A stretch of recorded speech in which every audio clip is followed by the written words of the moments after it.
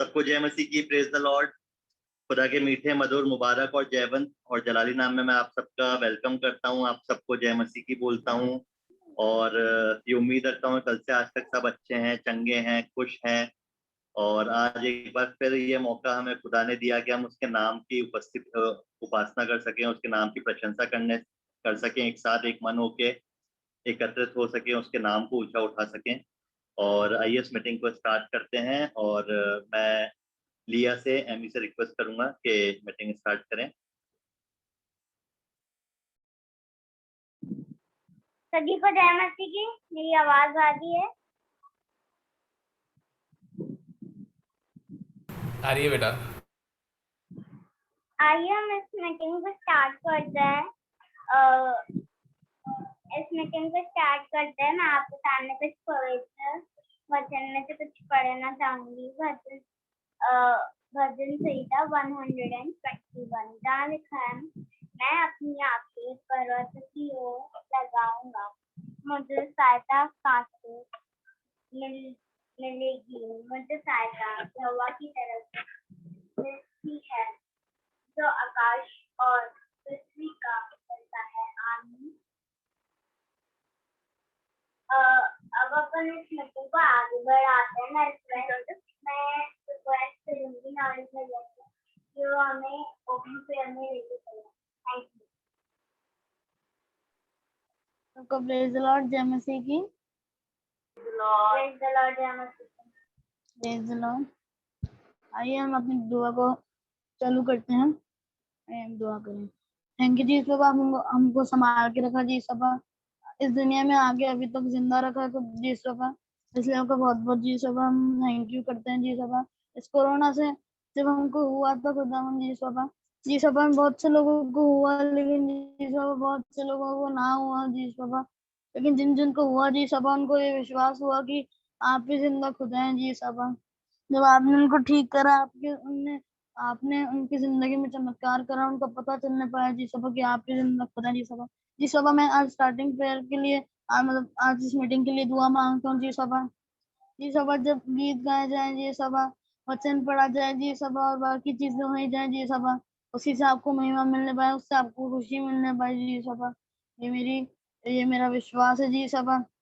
जो भी कोई मतलब जो भी कोई गाता है, कोई बाइबल पढ़ता है और बाकी चीजें होती हैं जी बाबा, उन सबको हिम्मत दीजिए कि वो आपके नाम को अच्छे से और एकदम खुशी खुशी लेने पाए जी बाबा। और इस छोटी सी दुआ को सुनिए और कबूल कीजिए। आपके प्यारे मधुर मीठे नाम में होके मांग लेता हूँ, आमीन। प्रेज द लॉर्ड, जय मसीह।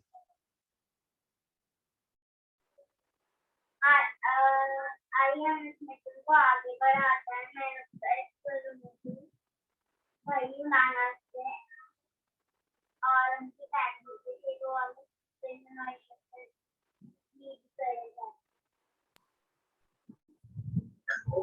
सबको जय मसीह की।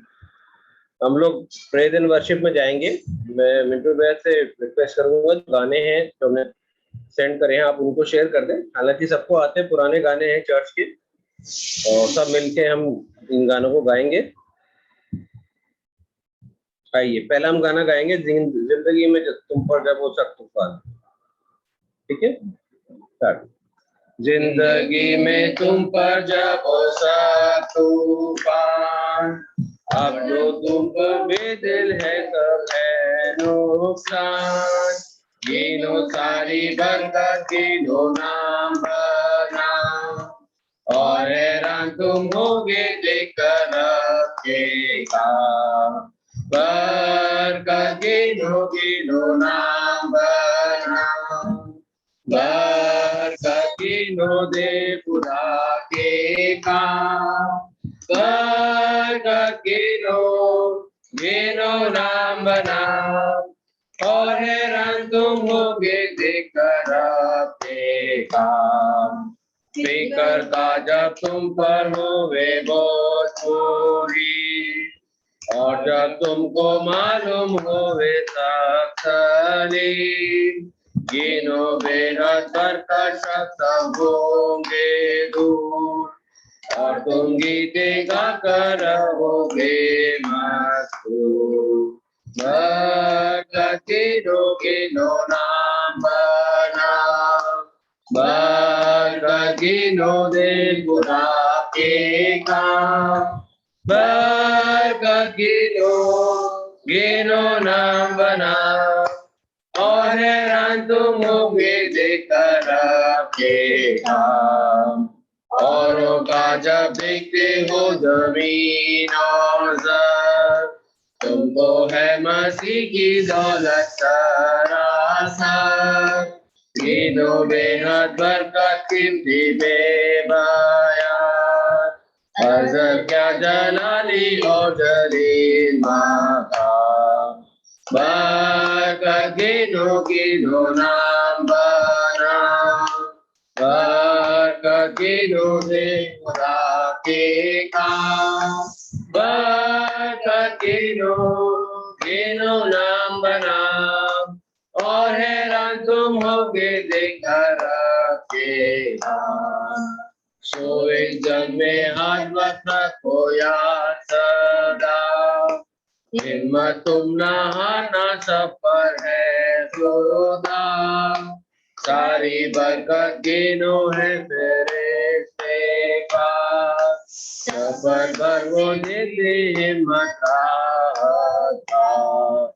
बरकत गिनो गिनो नाम बना बरकत गिनो दे खुदा के काम बरकत गिनो नाम बना और हैरान तुम होगे देखकर आपके काम।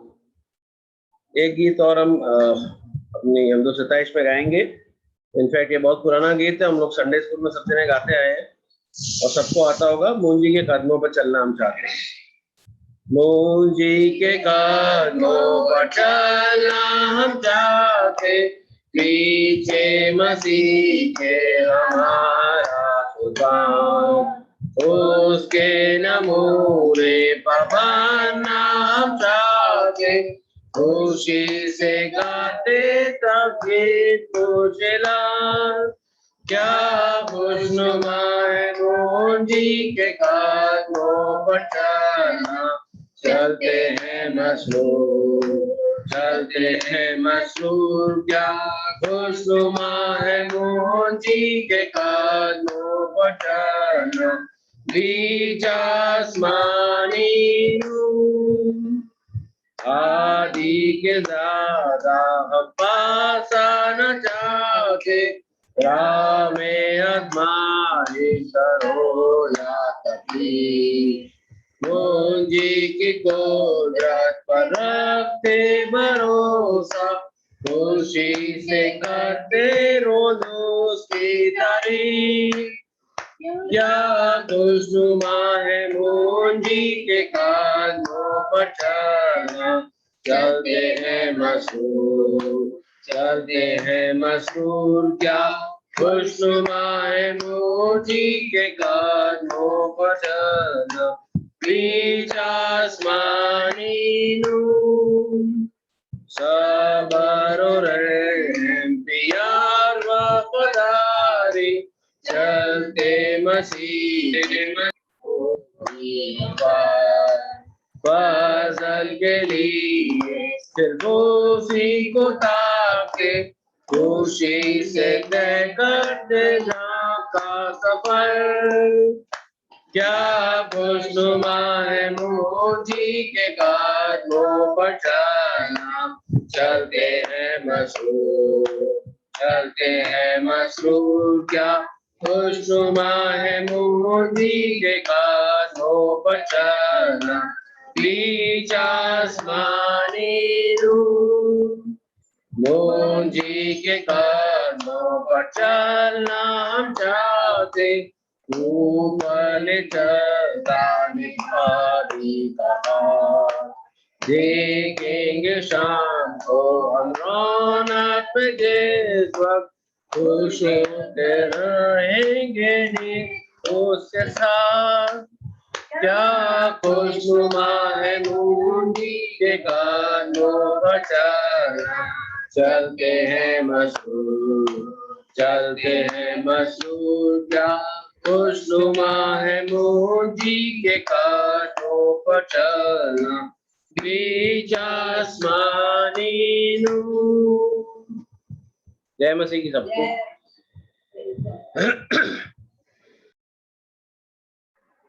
थैंक यू भाई नाना इतनी अच्छी प्रेजेंटेशन के लिए। अब अपन अब इस मीटिंग को आगे बढ़ाते हैं। अब फिर रिक्वेस्ट में चलेंगे। फिर मैं वहाँ से पहले कुछ आपके सामने कर रही थी, वचन में से कुछ पढ़ना चाहूँगी। वचन संहिता 17 लिखा है, हुआ परमेश्वर खुदाई के वचन सुन मेरी पुकार की ओर ध्यान दे। मेरी प्रार्थना की ओर जो निष्कपट मुंह से निकलती है, कान लगा। आमीन। अब मैं रिक्वेस्ट करूंगी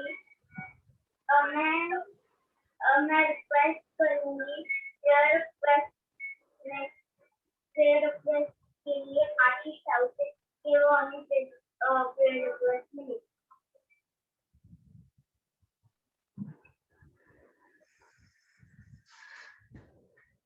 सबको प्रेज द लॉर्ड। जय मसीह की। आइए हम प्रे रिक्वेस्ट के लिए, जो भी हमारे पास प्रे रिक्वेस्ट आई है उससे हमारे जिंदा खुदा के से मांगे कि वो हमें दे। आज तक उसने दिया है और आगे भी देगा, ये हमारा विश्वास है। खुदा बाप, आपका लाख लाख धन्यवाद देते हैं मेरे जिंदा खुदा पिता परमेश्वर, उन सारी नियामतों, आशीषों, बरकतों के लिए जो आप हमारे जीवन में आज इतने समय से लेकर आज तक देते आए हैं। खुदावन, इन सब के लिए आपका धन्यवाद देते हैं मेरे जिंदा खुदा पिता परमेश्वर। आपने हमें ये मौका दिया खुदावन कि हम एक बार फिर एकत्रित होकर आपका नाम ले सकें। खुदावन, आपने हमें ऐसी समझ, अकल और कुव्वत दी मेरे जिंदा खुदा पिता परमेश्वर कि आपके नाम को लें और आगे बढ़ते चले जाएं खुदावन।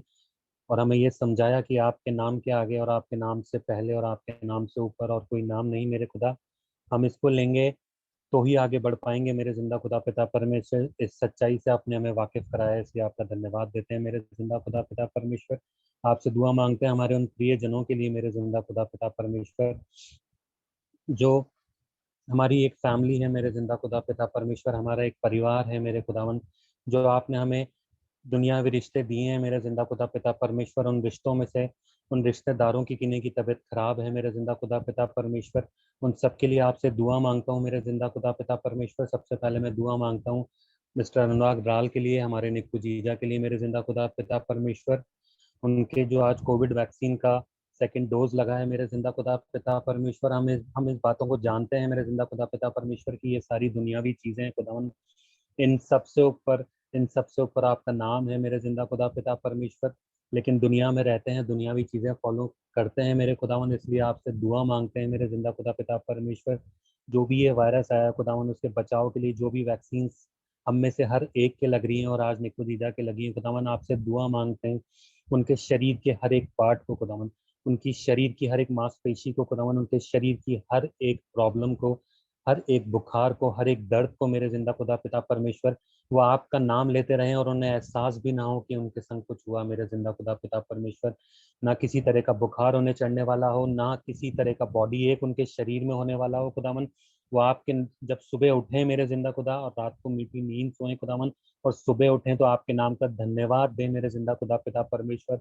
और उनके सुबह मुंह उठते ही मुंह से सबसे पहला ये वर्ड निकले कि मेरे जिंदा खुदा पिता परमेश्वर ने मुझे पता ही नहीं लगने दिया कि मेरे वैक्सीन लगी है खुदावन। हम इस बात को क्लेम करते हैं खुदावन और आपसे दुआ मांगते हैं मेरे जिंदा खुदा पिता परमेश्वर, ऐसे ही हम में से हर एक के संग होने दीजिए खुदावन। आपसे दुआ मांगते हैं हमारे जोसेफ अंकल के लिए मेरे जिंदा खुदा पिता परमेश्वर, एक बार वो फिर हॉस्पिटलाइज है मेरे खुदावन।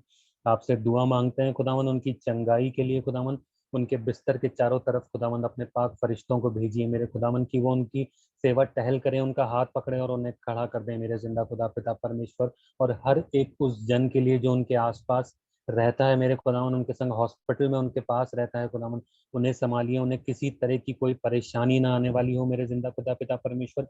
किसी भी तरह की दुनियावी चीज़ों की उनके पास कमी ना होने वाली हो खुदावन।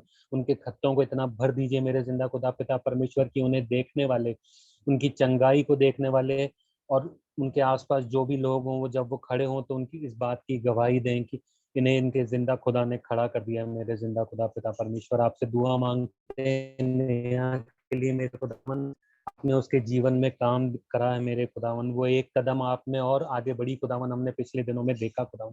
हम सब में से हर एक आपके एक कदम और आगे बढ़ना चाहता है मेरे जिंदा खुदा पिता परमेश्वर। आपने उसका हाथ पकड़ा है मेरे खुदावन, उसे चंगाई दे दीजिए खुदावन। वही हाथ जो आपने उसका हाथ पकड़ा है खुदावन, उसी हाथ को उसके सर पर, उसके शरीर पर, उसके शरीर के हर एक उस पार्ट पर रख दीजिए खुदावन जहाँ पे उसे दर्द फील होता है खुदावन। वो उस चंगाई को ग्रहण करने वाली हो, उसे महसूस करने वाली हो खुदावन, और इस बात से उसका शरीर और उसका दिलो दिमाग और उसकी आत्मा भर जाए खुदावन कि उसने यीशु मसीह नासरी के कोड़े खाने से चंगाई पा ली है खुदावन। इस बात को वो क्लेम करे खुदावन, इस बात को वो ग्रहण कर ले खुदावन, और इस बात को वो फील करने लगे अभी और इसी वक्त से। मेरे जिंदा खुदा पिता परमेश्वर आपसे दुआ मांगते हैं उसके जीवन में काम कीजिए मेरे जिंदा खुदा पिता परमेश्वर। उसकी जो भी बीमारियां हैं ANA या जो भी परेशानी उसके शरीर में खुदावन, हमसे ज्यादा आप अच्छी तरह जानते हैं खुदावन। उसे आगे बढ़ने से कोई भी बीमारी, कोई भी परेशानी, कोई भी तकलीफ, कोई भी दिक्कत रोकने वाली ना हो मेरे जिंदा खुदा पिता परमेश्वर। आपसे दुआ मांगते हैं ग्रेस आंटी के लिए और अंशित के लिए मेरे खुदा बाप। आपने उन्हें चुना है मेरे जिंदा खुदा पिता परमेश्वर, उन्हें एक बहुत अच्छा तोड़ा दिया है कि वो आपके नाम को लेकर आगे चलती हैं खुदावन। अंशित को भी आपने एक बहुत अच्छा तोड़ा दिया है मेरे जिंदा खुदा पिता परमेश्वर, उसे यूज कीजिए मेरे खुदावन। ये दुनियावी बीमारियां, दुनियावी परेशानियां, दुनियावी दिक्कतें उन्हें परेशान ना करने वाली हैं खुदावन। उनकी परेशानी को, उनके हर एक दर्द को, उनकी बीमारी को खुदावन, उनकी टेंशन को मेरे जिंदा खुदा पिता परमेश्वर आपके चरणों में रख देते हैं खुदावन। उन्हें छूइए, उन्हें उठाइए और उन्हें खड़ा कर दीजिए खुदावन। उनके हर एक बीमारी की परेशानी को खुदावन, उनके बुखार को, उनके गला खराब होने की दिक्कत को खुदावन, उनके जुकाम को खुदावन यीशु नासरी के नाम से उनके शरीर से निकाल के बाहर करते हैं खुदावन। उनके ऊपर अपना चंगाई, अनुग्रह, आशीष, बरकत भरा हाथ रखिए खुदावन कि वो भी आपकी ब्लेसिंग्स को रिसीव करने वाले हों खुदावन। और एक बार फिर जिस तरह अनगिनत बार वो आपके नाम को लेकर एक बार फिर खड़े होते हैं खुदावन, इस बार भी वो इस बीमारी को हराकर खुदावन आपके नाम को लेकर अपने दिलो दिमाग में, अपने आत्मा में इस नाम को गाते हुए मेरे जिंदा खुदा पिता परमेश्वर एक बार फिर खड़े हों खुदावंद, और एक बार फिर बीमारी की आत्मा को हराकर वो आपके नाम में एक कदम और आगे बढ़ जाएं खुदावंद। हम में से हर एक के लिए दुआ मांगता हूँ मेरे जिंदा खुदा पिता परमेश्वर। जो बहुत से लोग ऐसे ऐसी बीमारियां होंगी, बहुत से ऐसे लोग होंगे जिनको अभी परेशानियां होंगी खुदावन, लेकिन वो प्रेयर रिक्वेस्ट में नहीं होंगी खुदावन। उस हर एक परेशानी के लिए खुदावन, उस हर एक दिक्कत के लिए खुदावन, उस हर एक दिल और दिमाग की टेंशन के लिए मेरे जिंदा खुदा पिता परमेश्वर, जो हम में से हर एक के दिमाग में और हमें फोर्स करती है कि हम आपसे दूर जाएं खुदावन, उस हर एक बीमारी को खुदावन, उस हर एक गलत सोच को खुदावन हमारे दिलो दिमाग में से निकल के बाहर करिए खुदावंद। और इस बात को रटते रटते रटते रटते हमारे जीवन में रट लें खुदावंद कि यीशु मसीह नासरी के कोड़े खाने से हमारी डर की आत्मा और बीमारी की आत्मा से हम जीत चुके हैं खुदावंद। इस बात को ग्रहण कर लें खुदावंद, और इस बात को कभी सोचे ना कि हमारा क्या होगा आगे, अगला दिन हमारा क्या होगा खुदावंद। इस बात को ग्रहण कर लें और आप अपना डेली का क्रूस उठाएं खुदावंद, जैसा आपने अपने पवित्र वचन में लिखा है कि अपने आप से इनकार कर दो और अपना डेली का क्रूस उठाओ और मेरे पीछे हो लो खुदावन। हमें ऐसी समझ, ऐसी अकल, ऐसी बुद्धि दीजिए खुदावन कि अपने आप को भूलकर अपना डेली का क्रूस उठाएं और आपके पीछे चल लें खुदावन। जो आप हमसे चाहते हैं हम वो करने वाले हों खुदावन, जो हम आपसे चाहते हैं आप वो ना करें खुदावन, लेकिन जो आप हमारे जीवनों से, हमारी जिंदगियों से चाहते हैं खुदावन, हमें ऐसी समझ अकल दीजिए खुदावन कि हम वो करने वाले हों खुदावन। एक बार फिर हम सबके लिए दुआ मांगते हैं खुदावन। जो भी प्रेयर रिक्वेस्ट, मेरा ये विश्वास है खुदावन, जो आज जिन लोगों का नाम इस प्रेयर रिक्वेस्ट में आया है खुदावन, कल वो रिपीट नहीं होगा खुदावन। मैं इस बात को आपके सामने हाथ जोड़कर क्लेम करता हूँ खुदावन कि कल इनमें से हर एक नाम जो आज इस लिस्ट में था, कल इस लिस्ट में नहीं होगा खुदावन, क्योंकि आप जवाबों उत्तर देने वाले हैं खुदावन, आप दुआओं को सुनने वाले हैं, अब हाथ पकड़कर खड़ा करने वाले हैं खुदावन। हम इस बात को क्लेम करते हैं कि आपने हमारी दुआओं को सुन लिया है खुदावन। आपके जलाली सामर्थ्य अनुग्रहकारी बरकत भरे नाम में होकर मांगते हैं, आमीन। Praise the Lord.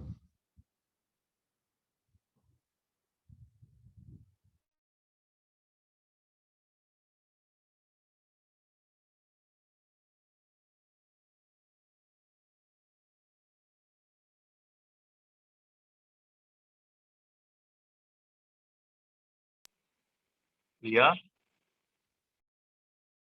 में चलेंगे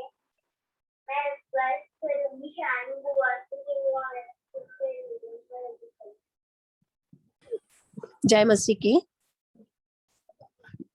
मैं बाइबल में से पढ़ रही हूँ। लूका 17 की 1 से लेके 6 तक की आयत हम पढ़ेंगे। फिर उसने अपने चेलों से कहा, हो नहीं सकता कि ठोकरें ना लगे, परंतु हाय उस मनुष्य पर जिसके कारण वे आती हैं। जो इन छोटों में से किसी एक को ठोकर खिलाता है, उसके लिए ये भला होता कि चक्की का पाट उसके गले में लटकाया जाता और वह समुद्र में डाल दिया जाता। सचेत रहो, यदि तेरा भाई अपराध करे तो उसे समझा, और यदि पछताए तो उसे माफ कर।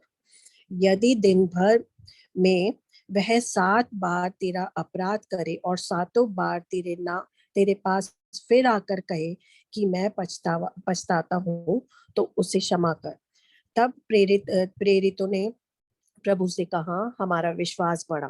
प्रभु ने कहा कि यदि तुमको राई के दाने के बराबर भी विश्वास होता, तो तुम इस तूत के पेड़ से कहते कि जड़ से उखड़ कर समुद्र में लग जा, तो वह तुम्हारी मान लेता। आमीन।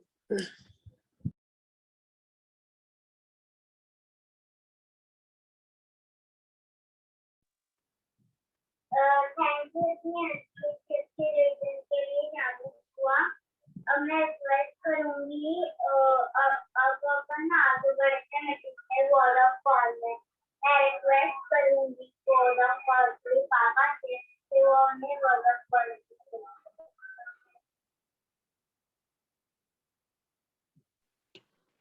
सबको जय मसीह की, प्रेज द लॉर्ड। मेरी आवाज क्लियर और लाउड आ रही है? सबको आराम से सुनाई में आ रहा है? ठीक है। सबको जय मसीह की। मैं खुदा का लाख लाख धन्यवाद देता हूँ कि मुझे ये मौका दिया खुदा ने कि मैं आज खुदा के पास कलाम में से, वचन में से जो कुछ मैंने सीखा, जो कुछ मैंने समझा, मैं उसको शेयर कर सकूं। और आइए इसके लिए अपन आगे बढ़ते हैं, और मैं एक छोटी सी दुआ करना चाहूंगा। हम एक दुआ में चलते हैं, फिर इस वचन को स्टार्ट करेंगे। धन्यवाद धन्यवाद धन्यवाद प्रभु जी। सारा आदर महिमा खुदा आपको देते हैं। हमारे इकलौते जीवित खुदा, आपके नाम को सबसे ऊंचा करते हैं खुदा। खुदा आप ही आदि और अंत है खुदा। स्वर्ग आपका सिंहासन और पृथ्वी आपकी चौकी है प्रभु। होने दे प्रभु जी, मैं अब जो कुछ भी वचन से शेयर करता हूँ खुदा, होने दे प्रभु जी, मैं नहीं बल्कि तू मुझ में होके कहने वाला हो सके प्रभु। प्रभु जो कुछ मैं यहाँ पे शेयर करूँ प्रभु, होने दे प्रभु जी, ये जो वचन का बीज बोया जाए खुदा, जो भी इसमें से शेयर किया जाए प्रभु, होने दे प्रभु जी, ये बहुत फलदायक हो, सबके दिलों को छेदने वाला हो प्रभु जी। और इसको सुन के, इससे हम जो कुछ भी एक साथ मिलके जो हम सीखते हैं प्रभु, होने दे प्रभु जी, उसको हम अपने जीवन में यूज करने वाले हो सके, उस वचन पे हम चलने वाले हो सके प्रभु जी। और प्रभु जी अपने द्वारा सिर्फ और सिर्फ आपको, अपने हर एक तरह से आपको झलकाने वाले हो सके प्रभु। हमारे उठने बैठने चलने बोलने हर चीज में प्रभु यीशु मसीह झलकने वाला हो प्रभु। सारा आदर महिमा तुझे देते हैं प्रभु। अगर कुछ भी मैं इसमें गलती करता हूँ प्रभु, अगर कुछ मैं गलत कोट करता हूँ खुदा, मुझे माफ करना। सुनने वालों को सुनने कान देना और ग्रहण करने का मन देना प्रभु, और मुझ में सामर्थ्य देना, अपनी शक्ति देना प्रभु, कि मैं इस वचन को अच्छे से बांट सकूं प्रभु और शेयर कर सकूं। सारा आदर महिमा हमारे इकलौते जीवित खुदा को देते हैं, और यीशु मसीह नासरी के नाम से इस प्रार्थना को मांगते हैं। आमीन। Thank you Lord, thank you father, thank you, thank you. तो आज का जो मेरा टॉपिक है, मैं बहुत टाइम से सोच रहा था कि मैं क्या प्रीच करूंगा। हालांकि जो मैंने तैयार किया था 1-1.5 हफ्ते पहले, मैंने एक टॉपिक आज के लिए तैयार करा था। एक एक रैंडम एक टॉपिक मैंने करा था तैयार, और मैं सोचा था मैं वो शेयर करूंगा। बट अभी पिछले कुछ दिनों से एक अजीब सा मन में एक बोझ था इस पर्टिकुलर टॉपिक को लेके। और ये ऐसा टॉपिक है जो आज से पहले जब मैं खुद खुदा के नजदीक नहीं आया था, तो मैं भी इस चीज में नहीं था, मैं इस चीज को फॉलो नहीं करता था। और और ये बहुत कॉमन चीज है। अभी हम जब इस टॉपिक का मैं आपको नाम बताऊंगा तो आप देख पाएंगे कि हाँ, कैसे हम अपने डे टू डे जीवन में और अपनी तमाम पूरी जिंदगी में हम इस चीज में पड़े रहते हैं, हम इस चीज से बाहर नहीं आ पाते हैं। तो मैंने सोचा कि नहीं, इसका मुझे एक बोझ था मेरे दिल में, तो मेरे को लगा था नहीं, मेरे को ये चीज शेयर करनी चाहिए। मुझे इस चीज में हमें एक साथ मिलके वचन से सीखना चाहिए कि वचन क्या कहता है इस चीज के लिए। तो आज का जो मेरा टॉपिक है वो है ऑफेंस एंड फॉरगिवनेस, नाराजगी एंड माफी। तो जैसा कि अभी वचन में से पढ़ा गया कि फिर उसने अपने चेलों से कहा, हो नहीं सकता कि ठोकर ना लगे, परंतु उस मनुष्य परंतु हाय उस मनुष्य पर जिसके कारण वो आती है। जो इन छोटों में से किसी एक को ठोकर खिलाता है, उसके लिए भला होता कि चक्की का पाट उसके गले में लटकाया जाता और वह समुद्र में डाल दिया जाता। सचेत रहो, यदि तेरा भाई अपराध करे तो उसे समझा, और यदि पछताए तो उसे क्षमा कर। यदि दिन भर में वह 7 बार तेरा अपराध करे और 7 बार तेरे पास फिर आकर कहे कि मैं पछताता हूँ,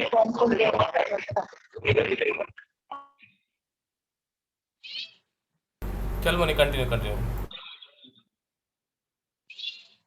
तो मैं उसे कहा था, यदि दिन भर में वह 7 बार तेरा अपराध करे और 7 बार तेरे पास फिर आकर कहे कि मैं पछताता हूँ, तो उसे क्षमा कर। तब प्रेरितों ने प्रभु से कहा, हमारा विश्वास बढ़ा।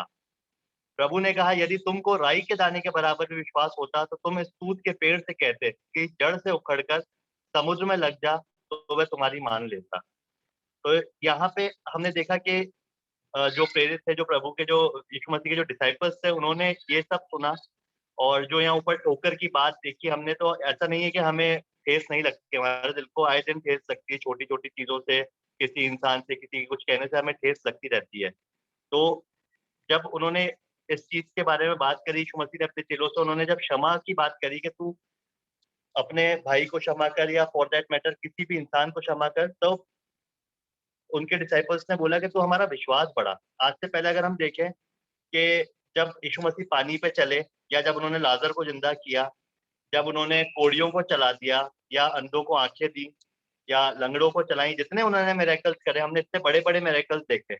और ये यीशु मसीह ने, अगर हम एक छोटी सी बात कही उनको कि तू क्षमा कर, अगर दिन भर में 7 बार तेरे से वो माफी मांगे, तो 7 बार गलती करता है और कहता है कि मेरे से गलती हुई है, तेरा भाई आके कहता है, तो उसको क्षमा कर। तो एक बहुत छोटी बात बोली क्षमा करने के लिए।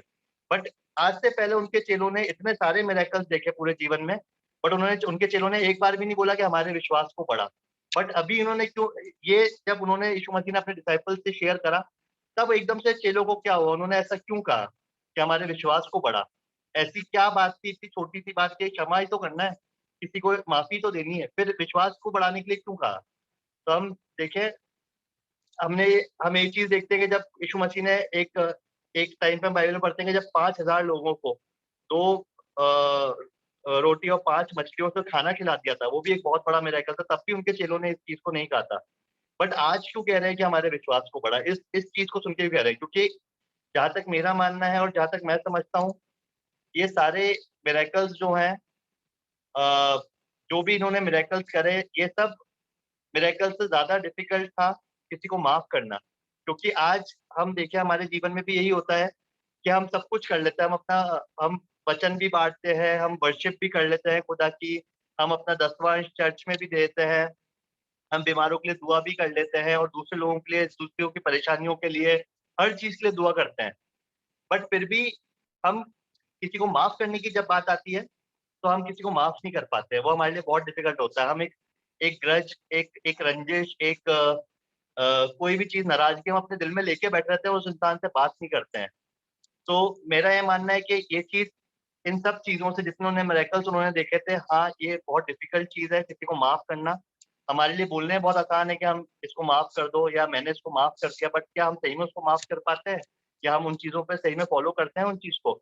तो हम आगे देखेंगे ये चीज। क्योंकि कई बार होता है कि हमारे दिल में किसी को लेके एक एक एक नाराजगी हम लेके बैठे रहते हैं। कई बार होता है कि आज मैं किसी से नाराज हूँ, तो मैं ताउम्र उससे नाराज रहूंगा, मैं उस नाराजगी को लेके मर भी जाऊंगा, बट मैं उस इंसान को माफ नहीं कर पाऊंगा कभी, और वो इंसान भी कभी होके मेरे आगे होके मेरे से कभी माफी नहीं मांगेगा, और हम हमारे ईगो में ही रह जाएंगे कि मैं, उसने मेरे से बात नहीं करी, मैं भी उससे बात नहीं करूंगा, मैं उससे नाराज हूँ तो मैं उसको माफ नहीं करूंगा, और वो भी यही सोचता है कि मैं क्यों बात करूं, मैं आगे होके बात क्यों करूं उससे। तो ये चीज सही में बहुत डिफिकल्ट है किसी को माफ करना। हम देखते हैं कि जैसे हम अपने, अगर फैमिली के एग्जाम्पल्स ही देखें, कि जहाँ सालों हो जाता है लोग एक दूसरे से बात नहीं करते हैं, नाराज रहते हैं। अगर हम बहुत से परिवारों में, अपने परिवारों में देख लें, कहीं हम किसी फैमिली फंक्शन की बात करें, बहुत सी बार ऐसा होता है कि हम देखते हैं कि एक फैमिली एक कोने में बैठी हुई है, एक फैमिली एक कोने में बैठी है, सालों से उन्होंने एक दूसरे से बात नहीं करी है। अगर एक कमरे में कोई कोई जना बैठा है, अगर उनकी एक दूसरे से बात नहीं है, तो वो उस कमरे में नहीं आएगा, वो दूसरे कमरे में जाके बैठ जाएगा। ये चीज बचपन से मैंने देखी है। मैं यहाँ पे सिर्फ वही सारी चीजें कोट करूंगा, मैं किसी को जज नहीं कर रहा, या मैं किसी के ऊपर ये चीज पॉइंट आउट नहीं कर रहा हूँ, बट ये सारी चीजें बचपन से जो मैंने सीखा है, जो बचपन से मैंने हमारे परिवार में, दूसरे परिवारों में जहां भी देखा है, मैं उसी चीज को, उसकी एग्जांपल्स को लेकर आपको बता रहा हूँ। तो ये चीज हमने हमारे परिवारों में, दूसरे परिवारों में हम देखते हैं। और तो और, अगर सपोज मेरा आज मिंटू भैया फॉर दैट मैटर किसी भी भाई से अगर या किसी भी रिश्तेदार से मेरी कुछ अनबन हो गई, मैं उससे बातचीत नहीं कर रहा हूँ, मेरी बातचीत बंद हो गई है, तो मैं क्या करूंगा, मैं अपने बच्चे को भी सिखाऊंगा कि तू उससे बात नहीं करेगा, तो उनकी फैमिली से किसी से बात नहीं करेगा। तो ये चीज हम देखते हैं, हम ये बहुत कॉमन चीज है, हर परिवार में ये चीज पाई जाती है, सारी परिवारों में ये चीज पाई जाती है। तो हम अपने बच्चे तक पे ये बात छोड़ देते हैं, मतलब ये मैटर हमारा है, हम इस बोझ में हैं, हमारे दिल में ये बोझ है कि हम किसी से परेशान है, किसी से दुखी है, बट हमारे बच्चे को भी हम गलत बात सिखा रहे हैं, तो हमारा तो जीवन खराब हो ही रहा है, हम तो पाप कर ही रहे हैं एक तरह का, बट हमारे बच्चे को भी ये चीज सिखा रहे हैं। अच्छा, कभी हम एकदम से आमने सामने आ जाते हैं तो एक दूसरे से मुंह फेर लेते हैं, हम एक दूसरे की तरफ देखना पसंद नहीं करते हैं। सोचिए कितने सालों से हम अपने जीवन में ये बोझ लिए फिरते हैं, मतलब ये सालों साल हो जाते हैं, कई सालों से एक इंसान के जीवन में ये बोझ रहता है, और वो इसी बोझ को लेते हैं वो प्रभु में सो भी जाता है, उसकी डेथ भी हो जाती है, बट वो बोझ उसके जीवन से नहीं जाता। कई बार हम सोचते हैं कि मैं क्यों आगे होकर बात करूं, उसने कि उसको मेरे को फोन करना चाहिए, मैं क्यों उसको आगे फोन करूं। तो ये हमारे दिमाग में एक बोझ रहता है कि मैं क्यों आगे उसको फोन करूं, कि उसकी गलती थी, उसने ऐसा बोला था या उसने ऐसा किया था, तो मैं उसको क्यों माफ करूं। अगर वो आगे होके फोन करेगा तो मैं उसको माफी दूंगा, नहीं तो मैं माफ नहीं करूंगा। कई बार होता है कि बहुत नॉर्मल सी बात है, हम लोगों को बर्थडे विश नहीं करते हैं, कई बार सोच के मैं नहीं करता था, मैं मेरी बात कर रहा हूँ, मैं किसी को पॉइंट आउट नहीं कर रहा, मैं कई बार होता था बर्थडे विश नहीं करता था, नॉर्मल मैसेज कर दिया मैंने, आज से पहले मैं नहीं करता था, अभी से पहले मैं नहीं करता था कि यार इसने मेरे को बर्थडे पे विश नहीं किया था, मैं भी इसको फोन नहीं करूंगा। तो ये हमारे दिमाग में एक चीज आ जाती है, हम सोचते हैं कि उसने मेरे लिए ऐसा बोला था, मैं उसको उससे बात क्यों करूं, हम गुस्सा हो जाते हैं उससे। मैंने उसको अच्छा, हम किसी को कुछ काम बोलते हैं कि यार मैंने उसको काम बोला था, फॉर एग्जाम्पल आज मैं पप्पू या किसी को भी, मेरे भाई को मैंने कोई काम बोला और उसने वो काम नहीं करा, अब मैं ये नहीं सोचूंगा, मैं ये जानने की कोशिश नहीं करूंगा कि उसने मेरा वो काम क्यों नहीं करा, क्या पता वो कहीं बिजी होगा या उसकी कोई परेशानी आ गई होगी या उसकी कोई पर्सनल प्रॉब्लम हो गई होगी। हम ये चीज नहीं देखते हैं, हम अपने ईगो में रहते हैं कि यार मैंने काम बोला, मेरा काम नहीं करा इसने, बाकी तो दुनिया भर के काम कर रहा है, मेरा काम नहीं करता है कभी। जब मैं इसको बोलता हूँ, मैं करता था, ये चीजें मेरे साथ होती थी, इसलिए मैं आपको एक्सपीरियंस का शेयर कर पा रहा हूँ, मैं ये चीज से निकल चुका हूँ, तो मैं ऐसा करता था पहले। बट हम ये नहीं जानने की कोशिश करते हैं कि यार उसकी क्या परेशानी थी, क्या उसने इंटेंशनली नहीं करा या उससे गलती से भूल गया, वो हमने किसी को बोल दिया भाई ये ले आना, वो लाना भूल गया, या हमने किसी अपने बच्चे को या किसी को बोल दिया ले आना, वो लाना भूल गया, हम उस पर गुस्सा होता है, हम उस पर चिढ़ने लग जाते हैं। ये मैंने आपको देखी चीजें देखी हैं, इसलिए मैं आपसे ये चीजें शेयर कर रहा हूँ। उसके बाद हम सब बहुत से ऐसे लोगों से मिले हैं जो वचन की सारी बातें फॉलो करते हैं, मतलब मैं खुद अगर बात करूं, मैं भी इन चीजों में था, हम वचन की बातें फॉलो करते हैं, हम दुआ प्रार्थना करते हैं, हम चर्च जाते हैं और हम हमारा 10वां अंश देते हैं, हर एक चीज जो एक एक धार्मिक इंसान को करना चाहिए, हर एक चीज वो हम करते हैं। बट जहाँ किसी को माफ करने की बात आती है, हम वो नहीं कर पाते हैं, क्योंकि माफ करना सही में बहुत, हमें बोलने में बहुत इजी लगता है, बट सही में माफ करना एक डिफिकल्ट टास्क है। बट अगर जब तक हम हमारी बुद्धि से, हमारे मन से, जब हम एक नॉर्मल जिंदगी जब जी रहे होते हैं, दुनियावी चीजों में जब हम रहते हैं, तो ऑब्वियसली डिफिकल्ट है, बट हम आगे देखेंगे कि ये आसान कैसे हो जाता है। और ये बोझ हम हमेशा ताउम्र अपने दिलों में ये बोझ लेके घूमते रहते हैं। और सोचिए इन सब ठोकरों से या नाराजगी के कारण हम सबसे अच्छा एक जो, मतलब Holi fruit of Holi spirit के बारे में हम पढ़ते हैं कि जब हम खुदा में आते हैं, जब हम रीबॉर्न होते हैं, या जब हमारे यीशु मसीह से एनकाउंटर होता है, या जब हम अपने जीवन हम उसको देते हैं, तो सबसे अच्छी जीवन जो मैंने एक्सपीरियंस करी है, मुझे नहीं पता सबके साथ क्या होता है, बट मेरे जीवन में सबसे अच्छी बात जो है, यीशु मसीह को ग्रहण करने के बाद, अपना जीवन उसको देने के बाद, कि मेरे को एक अनंत शांति, एक अनंत सुकून मिला, जो कि मेरे को दुनियावी किसी भी चीज से नहीं मिल सकता था, ना बड़े घर से, ना पैसे से, ना गाड़ी से, ना किसी भी दुनिया की अच्छी चीज से। बट जब आप यीशु मसीह में आ जाते हैं, आप वचन के द्वारा अपना जीवन व्यतीत करना चालू करते हैं, तो आपके लाइफ में ये चीज होती है, आपको एक अंदर से एक सुकून, एक गिफ्ट ऑफ होली स्पिरिट मिलता है, जॉय एंड पीस का। जब हम 9 गिफ्ट ऑफ होली स्पिरिट की बात करते हैं, वो किसी दिन हम और शेयर करेंगे, हमने सबने देखा है, मैं आपको बताऊंगा कौन से 9 गिफ्ट भी होते हैं, बट हम उनको डिस्कस बाद में करेंगे। तो हमें एक गिफ्ट ऑफ होली स्पिरिट मिलता है, जॉय और पीस का। तो हम इन कारणों की वजह से, इस नाराजगी की वजह से, हम किसी से नाराज हैं, तो इन कारणों की वजह से, इन ठोकरों की वजह से हम किसी से नाराज है, तो हम इस चीज को हम फील नहीं कर पाते हैं, इस चीज का हम एक्सपीरियंस नहीं कर पाते हैं। ऐसा नहीं कि हम दूसरी चीजों में नहीं है, सारी चीजों में होती है। होली स्पिरिट हमसे बात करती है, हमें गाइड करती है, हमारे अंदर रहती है, हर चीज होती है, बट हम वो एक आनंद और एक सुकून हम उस पर्टिकुलर गिफ्ट को एंजॉय नहीं कर पाते हैं। आइए कुछ रेफरेंसेस देखेंगे फॉरगिवनेस के लिए, कि हम माफी के लिए, किसी को माफ करने के लिए बाइबल क्या बताती है। अगर हम इफ्सियो 4 उसका 32वीं आयत पढ़ेंगे, इफ्सियो 4 बाब उसकी 32वीं आयत मैं यहाँ पे पढ़ देता हूँ।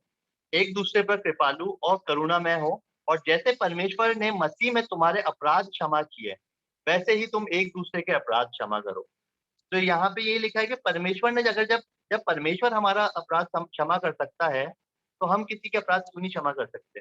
जब यीशु मसीह इस दुनिया में आए, उन्होंने हमारे लिए इतना परेशानियां सही, इतने कोड़े खाए, इतने जलील हुए, बेइज्जत हुए, उनके कपड़े फाड़ दिए गए और दाढ़ी नोच ली गई, और क्या क्या नहीं, उनके मुंह पे थूका गया और कांटों का ताज पहना दिया, उन्होंने सब कुछ कर दिया। उसके बाद भी जब वो क्रूस पे थे, उन्होंने बोला खुदा इनको माफ करिए, नहीं जानते क्या करते हैं।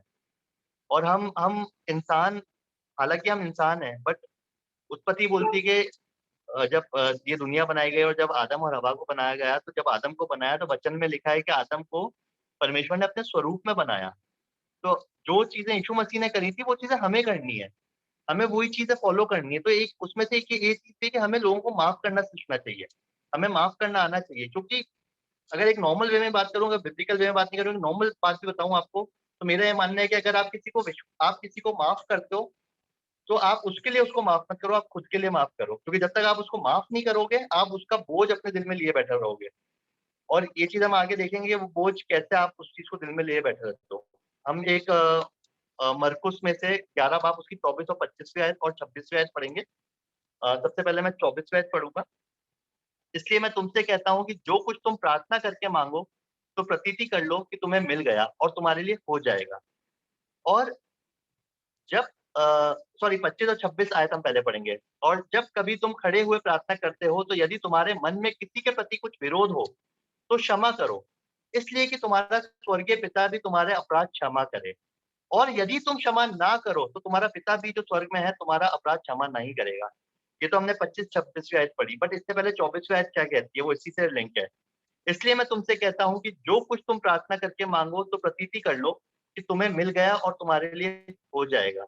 हम कई बार प्रार्थना करते हैं, मैं खुद प्रार्थना करता हूँ, हम सब प्रार्थना करते हैं कि हम विश्वास में लगे रहते हैं, हम विश्वास के साथ मांगते हैं। वचन में लिखा है कि जैसा तेरा विश्वास है वैसे तेरे लिए हो जाएगा। अगर तू मुझ में बना रहे हो, मैं तुझ में बना रहा हूँ, तो जो कुछ तू मांगे वो तेरे लिए हो जाएगा। यहाँ पे भी वही चीज बोल रहा है कि इसलिए तुमसे कहता हूँ कि जो कुछ तुम प्रार्थना करके मांगो, तो प्रतीति कर लो कि तुम्हें मिल गया। मतलब तुमने मांगा है तो प्रतीति कर लो, मतलब तुम कॉन्फिडेंट होगे तुम्हें मिल गया और तुम्हारे लिए हो गया या हो जाएगा।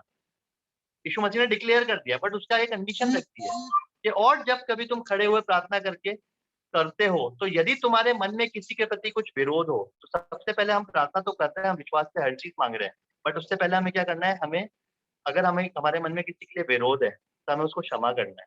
भले ही वो आगे होकर आपसे बात कर रहा है या नहीं कर रहा है, या वो आपसे क्षमा मांग रहा है नहीं मांग रहा है, बट आप आगे होके फोन कर लो, आप आगे होके उसका हालचाल पूछ लो, आप उससे बात कर लो, आप उसको क्षमा कर दो, कोई बात नहीं। हमने ऊपर पढ़ा कि अगर तेरा भाई, वहाँ भाई एक एग्जाम्पल दिया, बट वो हर हर इंसान के लिए एप्लीकेबल होता है कि अगर वो 7 बार भी दिन में अगर गलती कर रहा है और तेरे से माफी मांग रहा है, तो उसको माफ कर दो। नहीं भी माफी मांग रहा है, तो आप आगे होके माफ कर दो उसको। तो ये जो कई बार हम सोचते हैं हमारी प्रेयर्स अनआंसर्ड क्यों चले गई, हमारी प्रार्थना का उत्तर हमें क्यों नहीं मिला, तो ये एक कंडीशन उसके साथ लगी हुई है जो मैं समझ पाया हूँ। और यही मैंने सोचा कि हाँ, अगर हम किसी को क्षमा नहीं करेंगे, अगर उसका विरोध लेके बैठे रहेंगे, तो पहली बात हमारी प्रार्थनाएं अनआंसर्ड चली जाएंगी। दूसरी चीज, तो क्षमा करो इसलिए कि तुम्हारा स्वर्गीय पिता भी तुम्हारे अपराध क्षमा करे।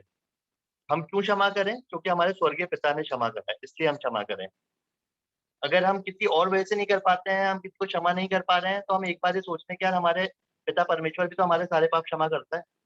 हम जो भी गलतियां करते हैं, हम जब उससे माफी मांगते हैं, हम उसके अगेंस्ट चले जाते हैं, हम सारे पापों में पड़ जाते हैं, हम चर्च नहीं जाते हैं, हम दुआ प्रार्थना नहीं करते, उसके बाद समय व्यतीत नहीं करते, सारे गलत काम करते हैं, उसके बाद भी जब हम क्षमा मांगते हैं वो हमें माफ कर देता है।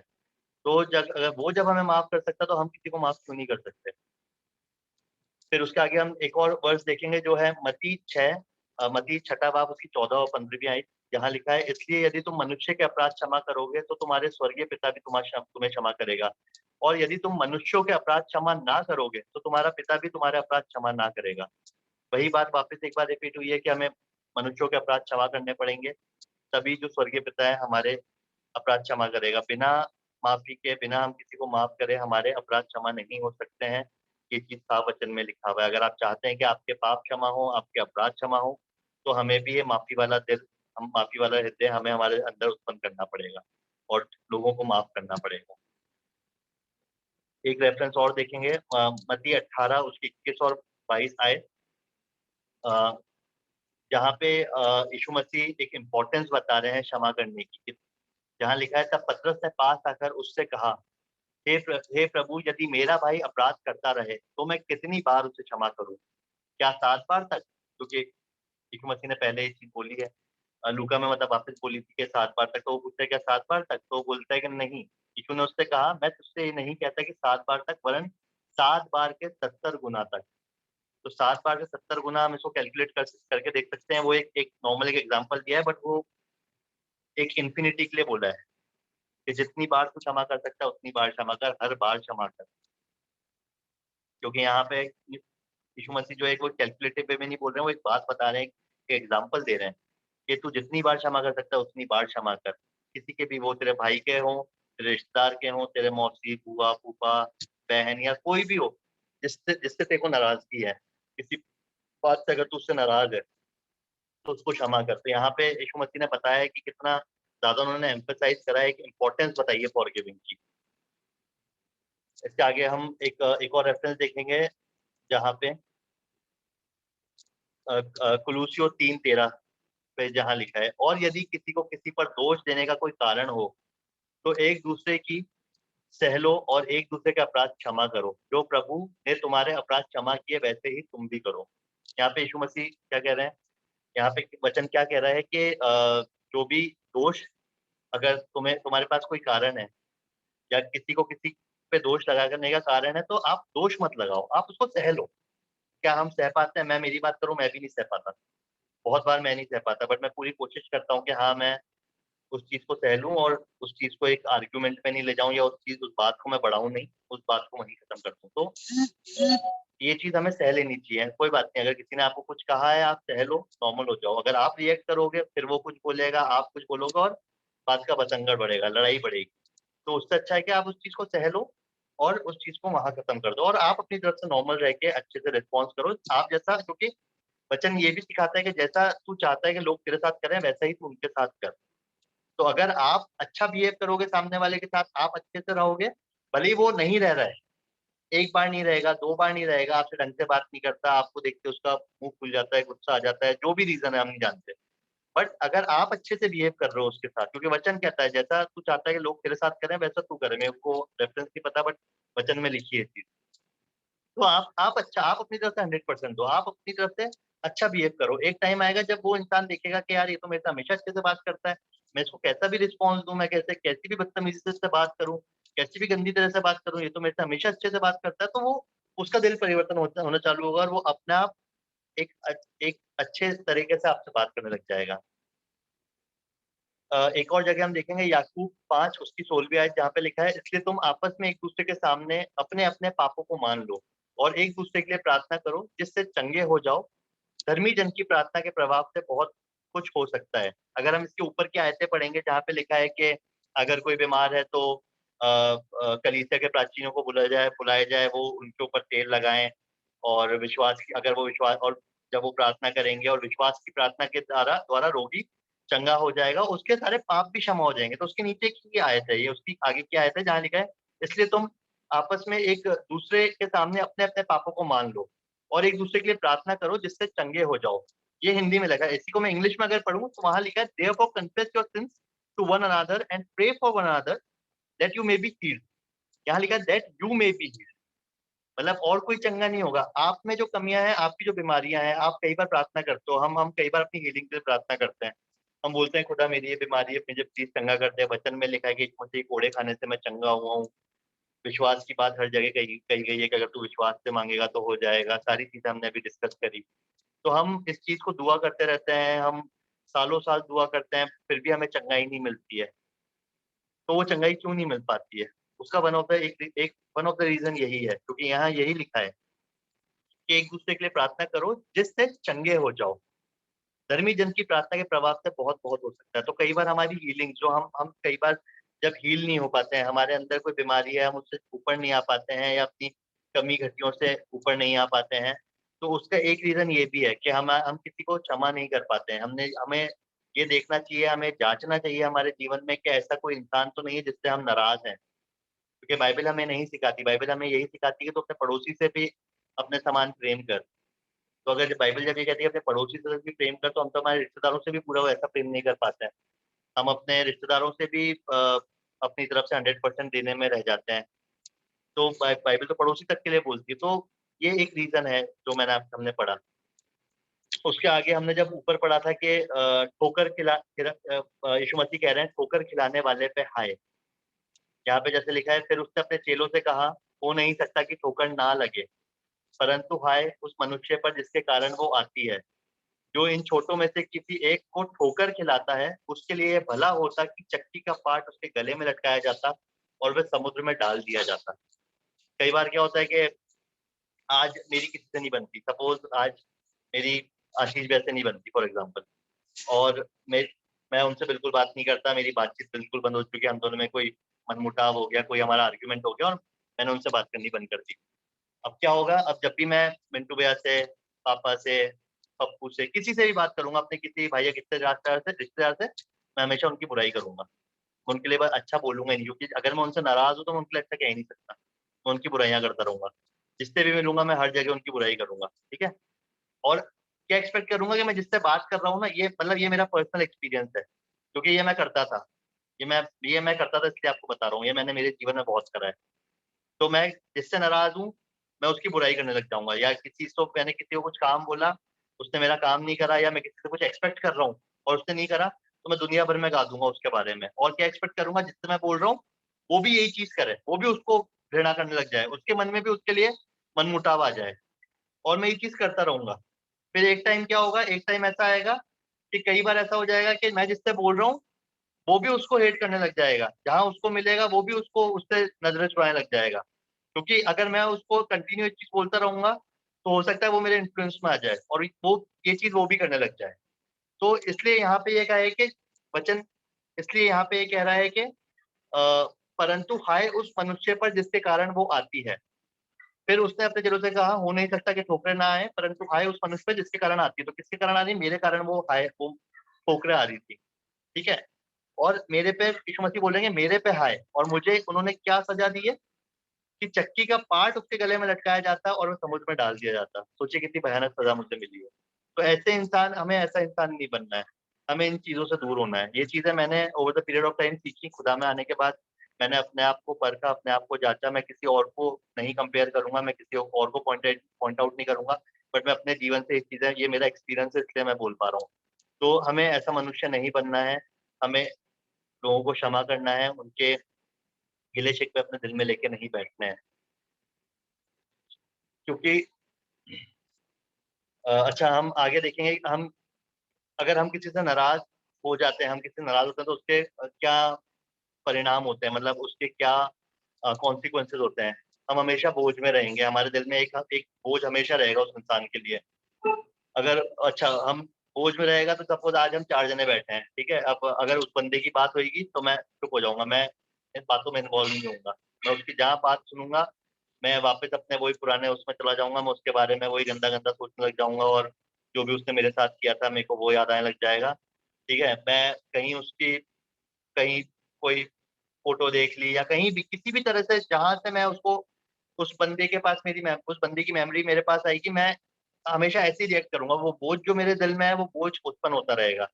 उसकी कहीं ग्रुप कॉल चल रहा है, कुछ हो रहा है, जूम पे ही बात कर रहे हैं, सपोज हम जूम पे हैं, 2 लोग हैं, पूरा परिवार है, 2 लोग हैं जो आपस में बात नहीं करते हैं, वो सामने वाला अगर इंसान बोल रहा है तो हम नजरें फिराने लग जाएंगे, हम इधर उधर देखने लग जाएंगे, हम उसकी आवाज सुनना पसंद नहीं करेंगे, हम बोलेंगे यार ये कब बोलना चुप करेगा, और ये तो वो बोझ हमारे मन में रहता है हमेशा, और हम परेशान रहेंगे, हम वो आनंद, वो पीस, वो जॉय एंजॉय नहीं कर पाएंगे। तो ये चीज हमेशा रहती है। तो अच्छा यही है कि हम उसको माफ कर दें। अगर वो आपसे बात नहीं कर रहा, आप आगे के बात करो, जो मिसअंडरस्टैंडिंग है उनको क्लियर कर लो, ये बहुत जरूरी है। अच्छा, और सबसे अमेजिंग चीज जो अभी मैं जब ये वचन तैयार कर रहा था तो मेरे को दिमाग में आया, खुदा ने मेरे से बात करी कि हम रोज ए हमारे बाप की दुआ करते हैं, ए हमारे बाप की हम दुआ करते हैं, और हम उसमें ए हमारे बाप की दुआ में हम यही बोलते हैं, जैसे हम अपने कसूर वालों को माफ करते हैं तू भी हमारे कसूरों को माफ कर। बट क्या हम सही में कर पाते हैं? हम जिनसे नाराज हैं, जिनने हमारे साथ करा, रोज तो हम दुआ तो हम दिन में 10 बार करते हैं हमारे बाप की, रात को सोने से पहले कर लिया, अभी जूम मीटिंग खत्म होगी हम तब कर लेंगे, या दिन में अगर कोई आ गया, कोई आत्मिक संगति हो गई या दुआ प्रार्थना घर में हो गई, तो हम हर दुआ के बाद हम ए हमारे बाप की दुआ बोलते हैं। ये हर बार बोलते हैं, दिन में कई बार बोलते हैं हम ये। बट क्या हम इस चीज को फॉलो कर पाते हैं?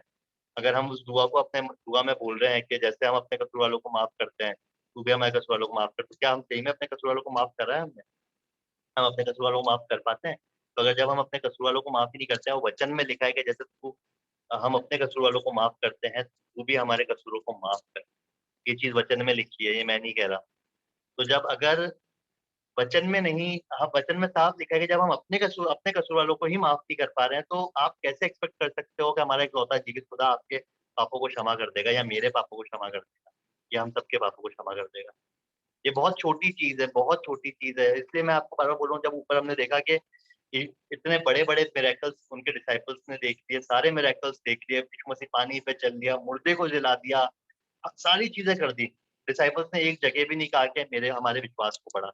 बट जहां माफी की बात आई, डिसाइपल्स बोले कि नहीं, हम विश्वास में कच्चे हैं, हमारा विश्वास अभी इतना मजबूत नहीं है हम किसी को माफ कर पाए। तो जब हम इस चीज को कर पाते हैं तो हम विश्वास में भी ऊपर उठते हैं, हमारा विश्वास खुदा में और बढ़ता है, हम विश्वास में और ऊपर उठते हैं।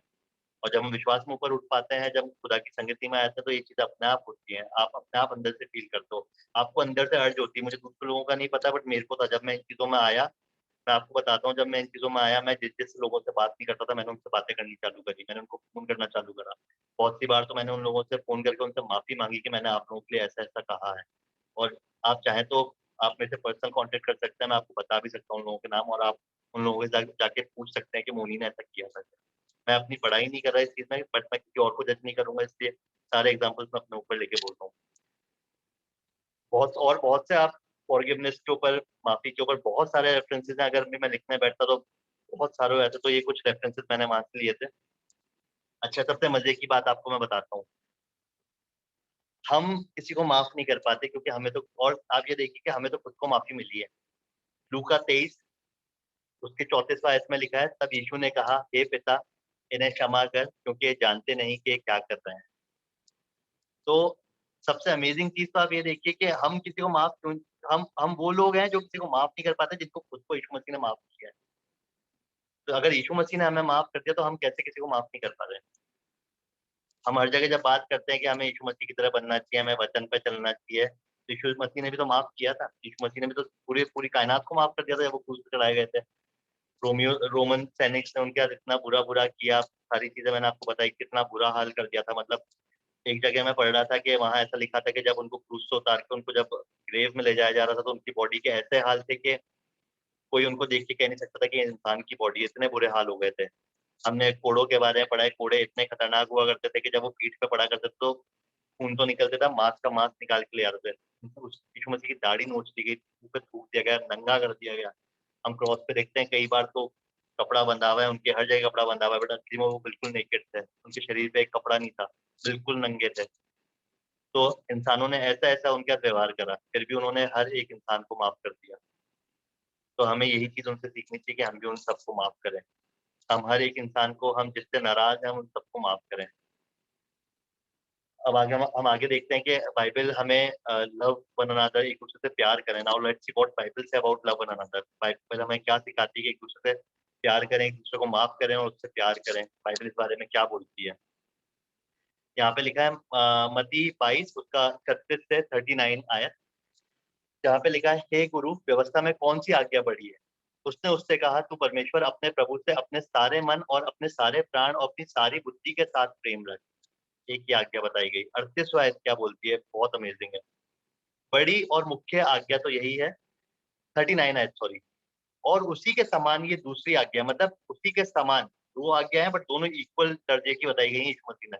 यीशु मसीह ने बोला है कि बिल्कुल सेम इंपॉर्टेंस रखती है दोनों आज्ञा, और बाइबल की सबसे महत्वपूर्ण आज्ञा बताई जाती हैं। और उसी के समान ये दूसरी भी है कि तू अपने पड़ोसी से अपने समान प्रेम रख। तो यहाँ पे वचन बोल रहा है कि अपने पड़ोसी से अपने समान प्रेम रख, जो तेरे पड़ोस में रहता है। यहाँ पे पड़ोसी का मतलब ये नहीं कि आपके पड़ोस में रहता है, यहाँ एक एग्जाम्पल यीशु मसीह ने दिया है, बट यहाँ पे पड़ोसी को आप किसी को भी ले सकते हैं। आप सोच सकते हैं कि आपके जो सगे रिश्तेदार हैं, आपके जो फैमिली मेंबर्स हैं, जो रिलेटिव्स हैं, या आपके पड़ोस में जो रहते हैं, या आपके जो फ्रेंड्स हैं, रिलेटिव्स हैं, कलीग्स हैं, हमें सबसे उसी तरह प्यार करना जैसा हम अपने आप से प्यार करते हैं। हालांकि ये बहुत डिफिकल्ट है। अगर हम दुनियावी चीजों में रहेंगे, हम खुदा की नजदीकी में नहीं रहेंगे, खुदा से दूर रहेंगे, वचन के द्वारा अपना जीवन व्यतीत नहीं करेंगे, तो ये नेक्स्ट टू इम्पॉसिबल है। नेक्स्ट टू इम्पॉसिबल ये इम्पॉसिबल है। बट जहाँ आप खुदा में आ जाते हैं, जब खुदा की पाक रूह आप में आ जाती है, जब होली स्पिरिट आप में आके वास करती है, जब गिफ्ट ऑफ होली स्पिरिट आपको मिल जाते हैं, तो ये चीजें केक वॉक हो जाती है, बहुत आसान हो जाता है। इसकी आपको प्रैक्टिस करनी पड़ती है, ऐसा नहीं है एक दिन में हो जाता है। पर जब आप दुआ में बने रहते हैं, जब आप वचन की नजदीकी में रहते हैं, खुदा की नजदीकी में रहते हैं, वचन के द्वारा अपना जीवन व्यतीत करना चालू कर देते हैं, तो ये चीजें आसान होने लग जाती हैं। आपको ये बहुत ईजी लगेगी। आप जहाँ एक कार क्लीनर आपका आता है, या आपके घर में बाई आती है, या कचरा उठाने वाला आता है, कोई भी आता है, आप उसको एक एक दया की नजर से और एक ऐसी नजर से देखेंगे कि यार ये इस बेचारे के लिए हम क्या कर सकते हैं, मैं इसके लिए क्या करूं कि इसकी कोई कमी घटी है, इसको कोई जरूरत है, तो मैं मेरे से जितना हो सकता है मैं इसके लिए पूरा करूं। तो ये एक एक एक ये जो प्यार मोहब्बत है, और एक जो देखने का नजरिया है, ये बदल जाता है जब हम वचन में बने रहते हैं। तो और वचन एक और चीज हमें एक दूसरे से प्यार करने के लिए, पड़ोसी के लिए तो बोल ही रहा है। और बाइबल में एक और जगह ये भी लिखा है कि लव योर एनिमी। ये हम देखेंगे मत्ती 5 उसकी 43 से 48 आयत तक। यहाँ पे लिखा है, तुम सुन चुके हो कि कहा गया था, अपने पड़ोसी से प्रेम रखना और अपने बैरी से बैर। परंतु मैं तुमसे ये कहता हूँ कि अपने बैरियों से प्रेम रखो और अपने सताने वालों के लिए प्रार्थना करो, जिससे तुम अपने स्वर्गीय पिता की संतान ठहरोगे, क्योंकि वह भले और बुरे दोनों पर अपना सूर्य उदय करता है, और धर्मी और अधर्मी दोनों पर मेंह बरसाता है। क्योंकि यदि तुम अपने प्रेम रखने वालों ही से प्रेम रखो, तो तुम्हारे लिए क्या फल होगा? क्या महसूल लेने वाले भी ऐसा नहीं करते? यदि तुम केवल अपने भाइयों ही को नमस्कार करो, तो कौन सा बड़ा काम कर दो? क्या अन्य जाति भी ऐसा नहीं करती? इसलिए चाहिए कि तुम सिद्ध बनो, और तुम्हारा स्वर्गीय पिता, क्योंकि तुम्हारा स्वर्गीय पिता सिद्ध है। तो यहाँ पे ये पड़ोसियों से प्रेम रखने के लिए तो बोला गया है। यहाँ तो यीशु मसीह बोल रहे हैं कि अपने दुश्मनों से प्रेम रखो। क्या हम रखते हैं अपने दुश्मनों से प्रेम? क्या हम उनके लिए प्रार्थना करते हैं? नहीं करते। मतलब मैं भी नहीं करता था। और दुश्मन हम हमारे कब होते हैं? हमारे दुश्मन कौन है? किनको हम अपना दुश्मन बना लेते हैं? जिनसे हम नाराज हैं, जिनसे हमारी कोई नाराजगी है, जिनसे हम ऑफेंडेड हैं, जिनसे हमारा मन मुटाव है, वही तो हमारे दुश्मन है। बाकी और दुश्मन कौन है? तो अगर हम इन चीजों से अपने, जब हम उन लोगों को माफी कर देंगे, जब हम उनको माफ कर देंगे, हम उनको हर तरह से मनमुटाव को खत्म कर देंगे, हमारा रिलेशन उन लोगों से अच्छा कर लेंगे, तो हमारा कोई दुश्मन रहेगा ही नहीं। सारे हमारे दुश्मन ही खत्म हो जाएंगे फिर तो। और ये चीज क्यों करो, क्यों के कहा गया है? क्योंकि जिससे तुम अपने स्वर्गीय पिता की संतान ठहराओगे। तो जो कितनी बड़ी बात कही है यहाँ पे। मतलब जब तक हम ये चीज नहीं करेंगे, हम बोलते हैं ना, हम खुदा के बच्चे हैं, we are God's chosen, we are God's child, ये हम कहते हैं। पर जब तक हम ये चीज नहीं करते हैं, हम डिक्लेयर नहीं है, हम लोग नहीं है खुदा के बच्चे। क्योंकि जब तक हम ये चीज नहीं करेंगे, तब तक हम स्वर्गीय पिता की संतान नहीं कहला सकते। बट हम जिस दिन ये सब कर लेंगे, जो जो वचन में लिखा है, इस चीज को हम फॉलो कर लेंगे, हम हमारे पिता परमेश्वर की संतान कहलाएंगे। वो हमें माफ कर देगा, हमारे पापों की क्षमा हमें दे देगा। और वही चीज जैसे आपको बता रहा हूँ, यहाँ पे मैंने यही लिखा था, क्योंकि जब हम अपने शत्रुओं से भी प्रेम करते हैं, तो हम हमारे पिता परमेश्वर की संतान कहते हैं। यही चीज हमें बाइबल सिखा रही है। और ये चीजें मैं बार बार आप लोगों को इसलिए बोल रहा हूँ कि ये मैं किसी को भी पॉइंट आउट करने के लिए नहीं कह रहा हूँ। मेरे साथ ये मेरे जीवन में चीजें हुई हैं, मैंने ये चीजों से मैं निकला हूँ, मैंने ये चीजें करी हैं, इसलिए उन चीजों से मैं सीखा हूँ, और उन्हीं चीजों को मैंने यहाँ कोट करा है। क्योंकि मेरा मानना है कि हमें हम वही, मतलब मैं पर्सनली ये मानता हूँ कि मैं वही टीच करूँ, या वही टीच मुझे करना चाहिए जिस चीज को मैं फॉलो करता हूँ। अगर आज मैं इन चीजों को फॉलो नहीं कर रहा, मैं पूरी तरह से मैं कोशिश करता हूँ कि मैं जो वचन में लिखा है उन चीजों को फॉलो करूँ, और इन सारी चीजें जो जो मैंने बोली हैं, इन चीजों को मैं प्रैक्टिस करूँ, इन चीजों को बोलूँ, और तभी मैं इन चीजों को टीच करूंगा। नहीं तो अगर मैं मेरा टीच करना बिल्कुल बेकार है, इस टॉपिक को क्या, किसी भी टॉपिक को मेरा टीच करना, या हम में से किसी को भी टीच करना बेकार है, अगर हम अपने जीवन में उस चीज को फॉलो नहीं करते हैं तो। क्योंकि अगर आज मैं ये चीज सिखाऊंगा, कोई सुन रहा है, कल को मुझे फोन करेगा, भाई तेरी तो उससे बनती ही नहीं है, तू तो उससे नाराज है, या तू इस चीज को फॉलो नहीं करता, तो तू वचन में से क्यों प्रीच कर रहा है? पहले खुद तो कर, पहले खुद तो सीख, तभी तो प्रीच कर पाएगा, तभी तो दूसरों को सिखा पाएगा। अगर इन चीजों को अपने जीवन में फॉलो करेंगे, तभी तो हम दूसरों को बता पाएंगे क्या ऐसा करना चाहिए। बट मैंने जब से मैं खुदा में वापस जन्मा, मैंने खुदा को महसूस करा अपने जीवन में, अपना जीवन उसको दिया, तब से मैंने इन चीजों को करना चालू करा। मैं आपको बताता हूँ, मैंने कुछ चीजें जो करनी चालू करी थी। मैंने उन लोगों को कॉल करना स्टार्ट करा जिनसे मैं बिल्कुल बातचीत नहीं करता था, जिनसे काफी काफी सालों से मेरी बातचीत नहीं होती थी। कुछ वजहों से कुछ लोगों के मैंने नंबर ब्लॉक कर रखे थे, कुछ बीच में कुछ बातें हो गई थी, कभी मैं अभी इस फोरम पे शेयर नहीं कर सकता, बट हाँ ऐसी ऐसी बातें कुछ कुछ मेरे रिश्तेदारों से, कुछ मेरे अजीजों से ऐसी हो गई थी जिनके मैंने नंबर ब्लॉक कर रहे रखे थे। और वो, जबकि उससे पहले, ब्लॉक करने से पहले हम रोज एक दूसरे के हालचाल पूछते थे, व्हाट्सएप पे सलाम दुआ होती थी, बट मैंने उनका नंबर ब्लॉक कर दिया। बट जब से मैं कोरोना से उठा, इन चीज़ों में आया, मैंने उनका नंबर अनब्लॉक करा, मैंने आगे होकर उनको मैसेज करने चालू करे, मैंने आगे को सलाम दुआ करनी चालू करी, और वो आज भी मेरे साथ वैसे ही अच्छा बिहेव करते हैं, अच्छा बर्ताव करते हैं जैसे वो पहले करते थे। ये मेरी गलती थी कि मैंने ये चीज़ करनी चालू करी। कुछ लोगों से तो मैंने जैसा बताया, मैंने कन्फेस करा है, मैंने फ़ोन करके उनको अपनी बातें कही हैं, मैंने जो उनके बुरी-बुरी बातें बोली थी, मैंने उनसे माफ़ी माँगी है उन चीज़ों के लिए। मैंने अपने पापों के लिए रिपेंट करा है, मैंने क्षमा माँगी है, और उन सारी बातों को भुला के हमने एक नई शुरुआत करी है, एक नए तरह से हमने एक लिखना स्टार्ट करा है। और और वही है, मैं आपको इस वापस से एक चीज़ मैंने लिखी थी कि मैं अपने आप को बहुत अच्छा दिखाना नहीं चाह रहा। मुझे पता है कि कल को मेरे, ऐसा नहीं है कि मेरे पे आज़माइशें नहीं आएँगी, मेरे पे भी आज़माइशें आएँगी। आज जो मैं चीज़ें कर रहा हूँ, हो सकता है कल मैं इन चीज़ों में वापस पड़ जाऊँ। But what is the most important thing is कि हमें उस चीज़ से वापस उठ के आना है। हम जो विश्वास में आगे बढ़ रहे हैं, खुदा की नज़दीकी में बढ़ रहे हैं, आज़माइशें आती हैं, हर इंसान पे आती हैं। वचन में ऊपर यीशु मसीह ने कह दिया है कि ऐसा नहीं है कि ठोकरें नहीं आएँगी। पहली लाइन में लिखा है, ठोकरें तो आएँगी। ये वर्ल्ड ऐसा ही है, ये यहाँ पे ये एक मिथ है कि कोई ऐसी परफेक्ट सिचुएशन आ जाएगी या परफेक्ट जॉब मिल जाएगी जहाँ पे ऐसा नहीं होगा कि मैं किसी से नाराज़ नहीं होऊँगा, मेरे अगेंस्ट कोई पॉलिटिक्स नहीं होगी या कुछ नहीं होगा। ये वर्ल्ड ऐसा ही है, दुनिया ऐसी है, यहाँ पे ये चीज़ें होंगी। बट इम्पोर्टेंट है कि हम उन चीज़ों से निकल के वापस इन चीज़ों में आ जाएँ जो हम आज सीख रहे हैं, इन चीज़ों को हम फॉलो करें। तो यही चीज़ें, हमें इन चीज़ों में बना रहना है। एक चीज़ और हम वचन से सीखेंगे कि व्हाट बाइबल से अबाउट जॉय, आनंद के बारे में वचन क्या कहता है? क्योंकि आनंद बहुत ज़रूरी है हमारे जीवन में, क्योंकि जब तक हम ये बोझ लेके हम बैठे हुए हैं, हम आनंदित नहीं रह सकते। वचन क्या कहता है? नेहमिया 8 और 10वें आयत में बहुत सारे रेफरेंस हैं, मैंने 2 या 3 रेफरेंस दिए हैं यहाँ पे। आप चाहें तो आप पढ़ सकते हैं बाद में। नेहमिया 8 और उसकी 10वें आयत में लिखा है, और उदास मत रहो क्योंकि यहोवा का आनंद तुम्हारा दृढ़ गढ़ है। इंग्लिश में लिखा है, Joy of the Lord is my strength, मतलब मेरी स्ट्रेंथ है, खुदा का आनंद। यहोवा का जो आनंद है वो मेरे को, मेरी स्ट्रेंथ है, मुझे स्ट्रेंथ देता है। आज जब मैं बोलता हूँ ना कि मैं बहुत बोझ से दबा हुआ हूँ, मैं परेशान हूँ, मैं बहुत दुखी हूँ, या हम सब अपने जीवन में बोलते हैं, बट खुदा का जो आनंद है वो हमें ताकत देता है। तो ये आनंद हमारे जीवन में इसलिए बहुत ज़रूरी है। फिलिपियो 4:4 में हम पढ़ सकते हैं, जहाँ पे लिखा है, प्रभु में सदा आनंदित रहो। मैं फिर कहता हूँ आनंदित रहो। तो अगर वचन में लिखा है तो ये ऐसे ही नहीं लिखा गया है।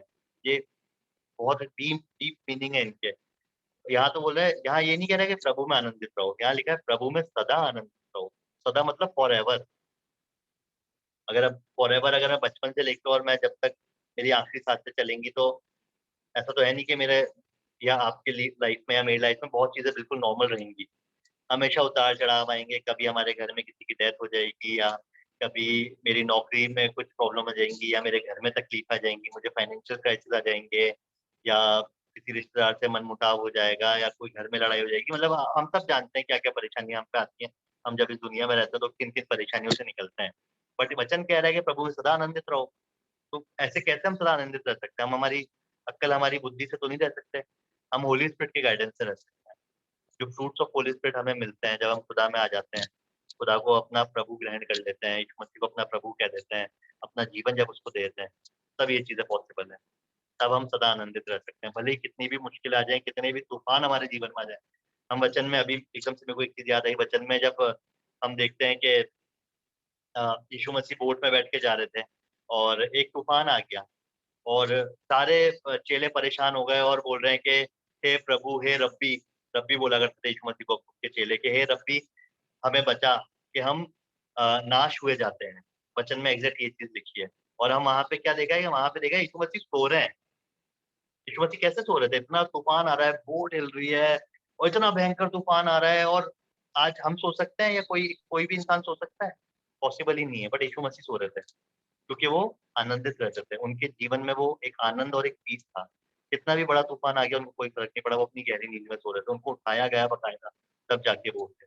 तो जब हम आनंदित हो जाते हैं, जब हमारे अंदर होली स्पिरिट रहने लग जाती है, जब हम खुदा की नजदीकी में, खुदा की हुजूरी में आ जाते हैं, जब तो ये चीजें अपने आप हो जाती हैं। बड़े ही कैसे अभी तूफान आया हुआ हो, दुनिया इधर की उधर हो रखी हो, कितनी भी परेशानियां हो रखी हो, बट हम सदा आनंदित रहते हैं। हम पे कोई परेशानी नहीं आती, हम बिल्कुल नॉर्मल रहते हैं, खुश रहते हैं, बिना किसी परेशानी के रहते हैं। तो ये चीज एक मैंने पढ़ी थी। उसके बाद हम नीति वचन 17 उसकी 22 आयत कहती है, मन का आनंद अच्छी औषधि है, परंतु मन के टूटने से हड्डियां सूख जाती हैं। अब बताइए वचन कह रहा है, इंग्लिश में लिखा है, मतलब यहाँ देखिए आप, it works like a medicine we can avoid. अच्छा, ये जो वचन है, ये जो आयत है, ये हमारे जीवन में एक दवाई की तरह काम कर सकती है। सोचिए, हम जानते हैं, मतलब मेरा पर्सनल एक्सपीरियंस है, मैं आज से पहले कम से कम शायद ऑलमोस्ट 6 या 7 साल से मेरे को बीपी की प्रॉब्लम है। 6-7 साल से अगर मैं पहले की बात करूँ तो मैं 27-28 साल का था। 27-28 साल में किसी को बीपी की प्रॉब्लम होना बड़ी बात है, मतलब मैं ये मानता हूँ। इतनी यंग एज में किसी को नहीं होना चाहिए। उसके बाद कम से कम कुछ 1-2 साल से मेरे को डायबिटीज की प्रॉब्लम हो गई थी, वो भी नहीं होनी चाहिए। बट क्यों होती थी? क्योंकि मैं दुनियावी चीजों में रहता था, मैं खुदा से कोसों दूर था, ना वचन पढ़ता था, ना कुछ पढ़ता था। बट यहाँ वचन कहता है कि मन का आनंद अच्छी औषधि है, परंतु मन के टूटने से हड्डियां सूख जाती हैं। तो अगर हम आनंदित रहते हैं, हम खुश रहते हैं, हम जानते हैं बीपी, शुगर, ये बीमारियां हमारी क्यों होती हैं। हाँ, ये हमारी ईटिंग हैबिट्स की वजह से तो होती हैं, बट सबसे मेन कॉज क्या है इसका? चिंता। वचन कहता है कि तू अपनी एक तू चिंता करके अपने बाल, अपने सर का एक बाल भी काला है सफेद नहीं कर सकता। तो हम चिंता कब करते हैं? जब हमारे दिलों में ये बोझ होते हैं, जब हम ये बोझ लेके बैठे हैं, तब हम चिंता करते हैं। इन चिंताओं से बीमारियां आती है। बट हम जब चिंता नहीं करेंगे, हम जब वचन में बने रहेंगे, तो हम इन बीमारियों से भी दूर हो जाएंगे। आज का समय मैंने आप लोगों को पहले ही बताया था, मैं कोई बीपी की दवाई नहीं खाता हूँ, मैं कोई डायबिटीज का ट्रीटमेंट नहीं लेता हूँ। यीशु मसीह पे विश्वास करके मैंने सारी दवाइयां छोड़ दी हैं। वचन में लेगा यीशु मसीह कोड़े खाने से मैं चंगा हुआ हूँ, तो हुआ हूँ, ये मेरा विश्वास है। मैंने सारी दवाइयां छोड़ दी, तो ये वचन बताता है। रोमियो 14:17 क्या कहता है? क्योंकि परमेश्वर का राज्य खाना पीना नहीं, परंतु धर्म और मेल मिलाप और वह आनंद है जो पवित्र आत्मा से होता है। अच्छा, यहाँ पे अब आप देखिए कि परमेश्वर के राज्य की बात हो रही है। परमेश्वर के राज्य में सिर्फ खाना पीना नहीं होता, वहां पे मेल मिलाप है, वहां पे आनंद है, पवित्र। और ये सब कहाँ से होता है? पवित्र आत्मा के द्वारा पॉसिबल है। तो ये सब पॉसिबल है जब हम पवित्र आत्मा हमें महसूस होती है, जब हम पवित्र आत्मा के गाइडेंस से चलते हैं, तो तब हमें आनंद को हम महसूस कर पाते हैं। और इस आनंद का मतलब ये नहीं है कि आज मैंने कोई बड़ा टीवी ले लिया, मैंने कार ले ली तो मेरे को खुशी हो गई। मैं दिन में लेके आया, मैं रात तक खुश था, सुबह ऑफिस के लिए बैठा, वापस परेशान, चिड़चिड़, इरिटेट, फ्रस्ट्रेट। ये एक एंडलेस हैप्पीनेस है, एक एंडलेस पीस की बात कर रहा हूँ, जो कि होली स्पिरिट के द्वारा हमें मिलती है। जब हम खुदा में आ जाते हैं तब हमें मिलती है। और ये चीज कब पॉसिबल है? जब हम यीशु मसीह के द्वारा उद्धार पा लेते हैं। उद्धार हमें कब मिलता है? जब हम उस पर पूरे मन से विश्वास करते हैं और अपने जुबान से अंगीकार करते हैं यीशु मसीह ही प्रभु है, और हम अपने जीवन में सबसे पहला स्थान उसे दे देंगे। और अपने जीवन में वचन, अब हम अपना जीवन वचन के द्वारा जीना स्टार्ट कर देते हैं। जो वचन में लिखा है, हम वो चीजें करना चालू करते हैं, वचन को फॉलो करने लग जाते हैं रिलीजियसली, और पूरी तरह से हम वचन को फॉलो करने लग जाते हैं। हमेशा उसके कामों के लिए तैयार रहते हैं कि अगर चर्च का कोई काम है, या कहीं पे किसी के लिए दुआ करने जाना है, या किसी का फोन आया कि भाई इसके लिए दुआ करना, हम कहते हैं कि हाँ करेंगे, और भूल जाते हैं। नहीं, हम उसके कामों के लिए हमेशा तैयार रहते हैं। सारी दुनिया चीजें और सारी दुनियावी चीजों, बुराइयों और सारे पापों से दूर रहना चालू कर देते हैं। हम दुनियावी चीजों से ऊपर उठ जाते हैं, हमें कोई मतलब नहीं होता। क्योंकि अगर हम इस दुनिया में, तो हमारी सिर्फ 3 चीजें जरूरत की हैं: रोटी, कपड़ा और मकान। वचन वचन में लिखा है ये तीनों चीजों की कभी हमें कमी नहीं है। वचन बहुत जगह पे बोलता है, आप सबको पता है, हम सबने बाइबल पढ़ी है। हर जगह वचन यही बात बोलता है कि इन 3 चीजों की कमी मैं कभी नहीं होने दूंगा, तुम्हें कभी इस चीज की कमी नहीं आएगी। तो हमें खाने को खाना हमेशा मिलता है, रहने के लिए हमारे पास घर होता है, पहनने के लिए हमारे पास कपड़े होते हैं, और यही हमारी जरूरतें हैं। तो बाकी सब लग्जरीज हैं, सब मटीरियलिस्टिक चीजें हैं। हालांकि ऐसा नहीं है कि हमें ये चीज नहीं मिलती है, खुदा हमें सारी आशीष बरकत देता है, हम जो उससे मांगते हैं हमें देता है, बट जरूरत की जो चीजें मैं आपको वो बता रहा हूँ।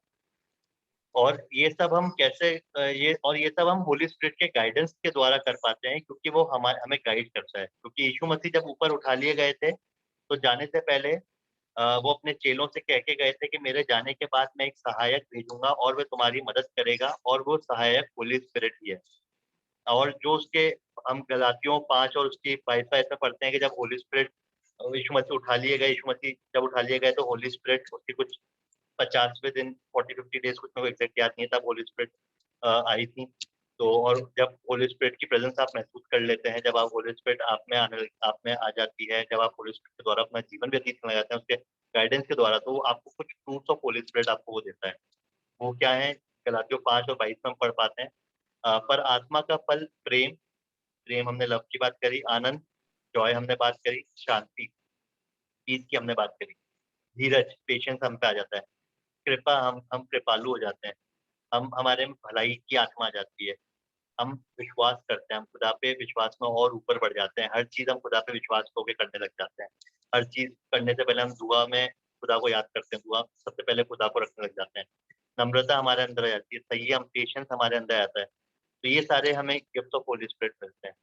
तो ये सारी चीजें बहुत जरूरी है। और आखिरी में मैं यही कहना चाहूंगा कि नाराजगियां, ऐसा नहीं है कि नाराजगियां नहीं आएंगी, ठोकरें हमें नहीं लगेंगी, ठेस हमें नहीं लगेंगी, हमारे दिल को ठेस नहीं लगेंगी। ये ऐसा होगा, ये दुनिया में है तो ये सारी चीजें होंगी। ऐसी ये ऐसी कोई सिचुएशन नहीं होंगी जिससे हम किसी से नाराज नहीं हो या किसी से गुस्सा नहीं हो, ये सब हो। मैंने आपको बताया ये मिथ है कि ऐसा कोई परफेक्ट सिनेरियो नहीं होता है जहाँ पे कुछ नहीं होगा, कि एक अच्छी जॉब मिल जाएगी या एक अच्छा हस्बैंड मिल जाएगा, अच्छी वाइफ मिल जाएगी जिससे हमारी लाइफ बिल्कुल स्मूथ हो जाएगी। ये हम सब एक्सपीरियंस करते हैं हमारे जीवन में, ऐसा आज तक कभी नहीं हुआ। क्योंकि वचन भी यही कह रहा है, यीशु मसीह ने भी यही कहा, फिर उसने अपने चेलों से कहा, हो नहीं सकता कि ठोकरें ना लगे। यीशु मसीह खुद कह रहा है कि ये तो पॉसिबल ही नहीं है कि ऐसा नहीं हो, ठोकरें तो लगेंगी, ठीक है, बट हमें इन चीजों के लिए तैयार रहना है, हमें वचन में बने रहना है, हमें अपने दिलों में वचन को उतारना है, वचन के द्वारा अपना जीवन व्यतीत करना है। सबसे इम्पोर्टेंट है कि हम लोगों को माफ करें और एक दूसरे से प्यार करें, मोहब्बत करें। और ऐसा क्यों करें? Because Jesus first forgives us and loved us. यीशु मसीह ने पहले हमें हमें यीशु मसीह ने माफ किया।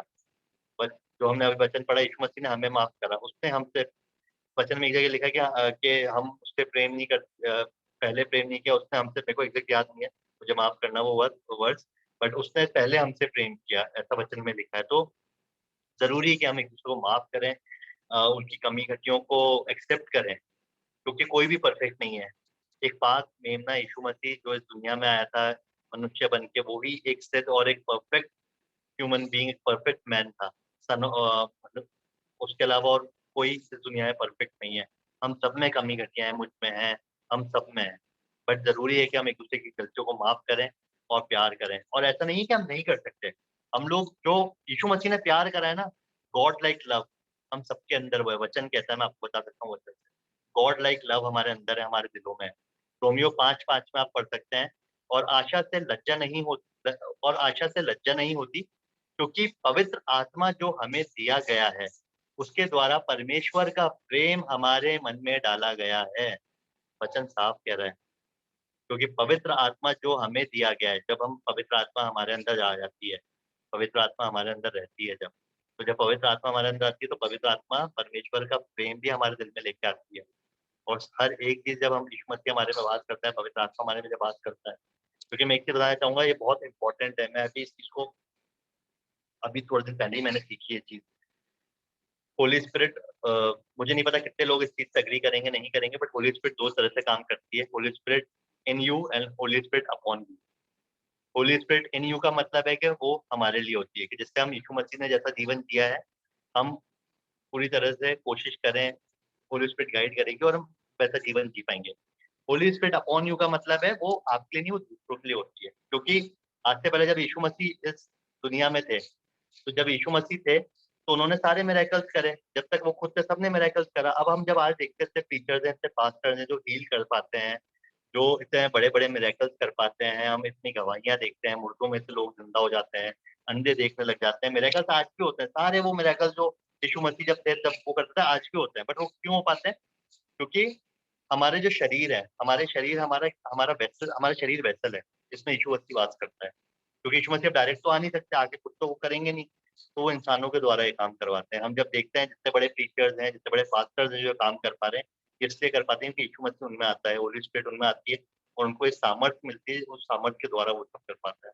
क्योंकि काम तो अभी भी होंगे, यीशु मसीह का काम होना ऐसा तो है नहीं। यीशु मसीह ने जो चंगाइयां उस टाइम पे करी, जो बीमारियां 2000 साल पहले करी, अब नहीं करेगा जब तक वापस यीशु मसीह नहीं आएंगे, आखिरी दिन नहीं आएगा, होगा नहीं। आज भी चीजें हो रही हैं, आज भी चंगाइयां मिलती हैं, कोई किसी के लिए दुआ करता है, वो चंगा हो जाता है, कोई किसी को मुर्दों में से दिलाया जाता है।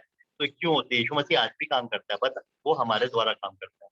तो होली स्पिरिट अपॉन यू जब ये इसलिए कहा गया है कि हमारे द्वारा ये सारे काम होते हैं। तो यही मेरा वचन था और मैं माफी मांगना चाहूंगा अगर किसी को मेरी कोई बात बुरी लगी हो, अगर किसी को ऐसा लगा हो कि मैंने उसको पॉइंट आउट करके कहा है, किसी ने इस चीज को पर्सनली लिया हो, तो आई एम रियली सॉरी। मैंने जो कुछ बोला वचन से बोला और मैं आशा रखता हूँ किसी को कोई बात बुरी नहीं लगी होगी, और मैं खुदा से माफी मांगता हूँ अगर मैंने किसी भी चीज को गलत तरीके से कोट करा हो, तो खुदा मुझे माफ करे। एक छोटी सी दुआ करेंगे और फिर मीटिंग में आगे चलेंगे। मुझे पता है मैंने ज़्यादा समय ले लिया, 9:17 हो गई आज।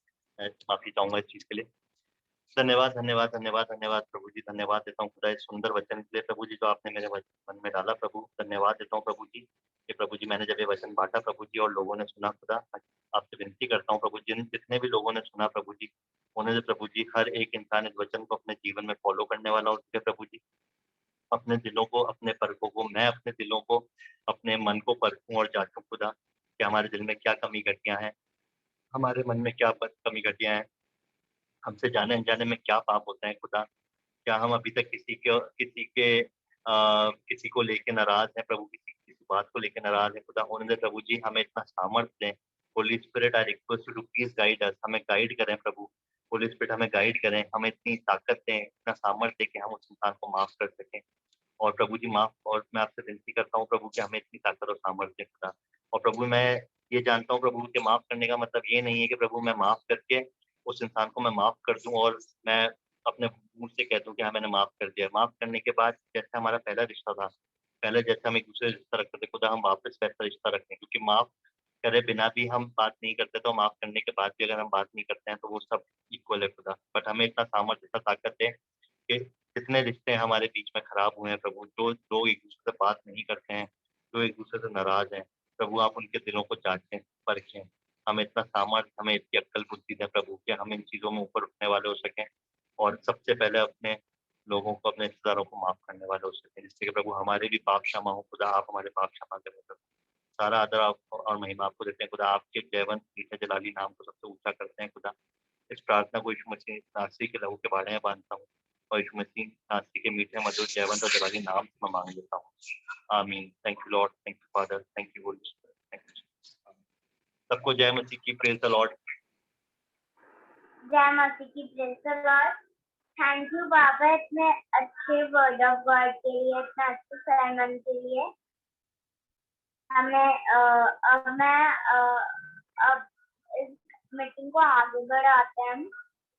मैं वायला दादी से रिक्वेस्ट करूंगी कि वो हमें एंडिंग से हमें लेके चलें।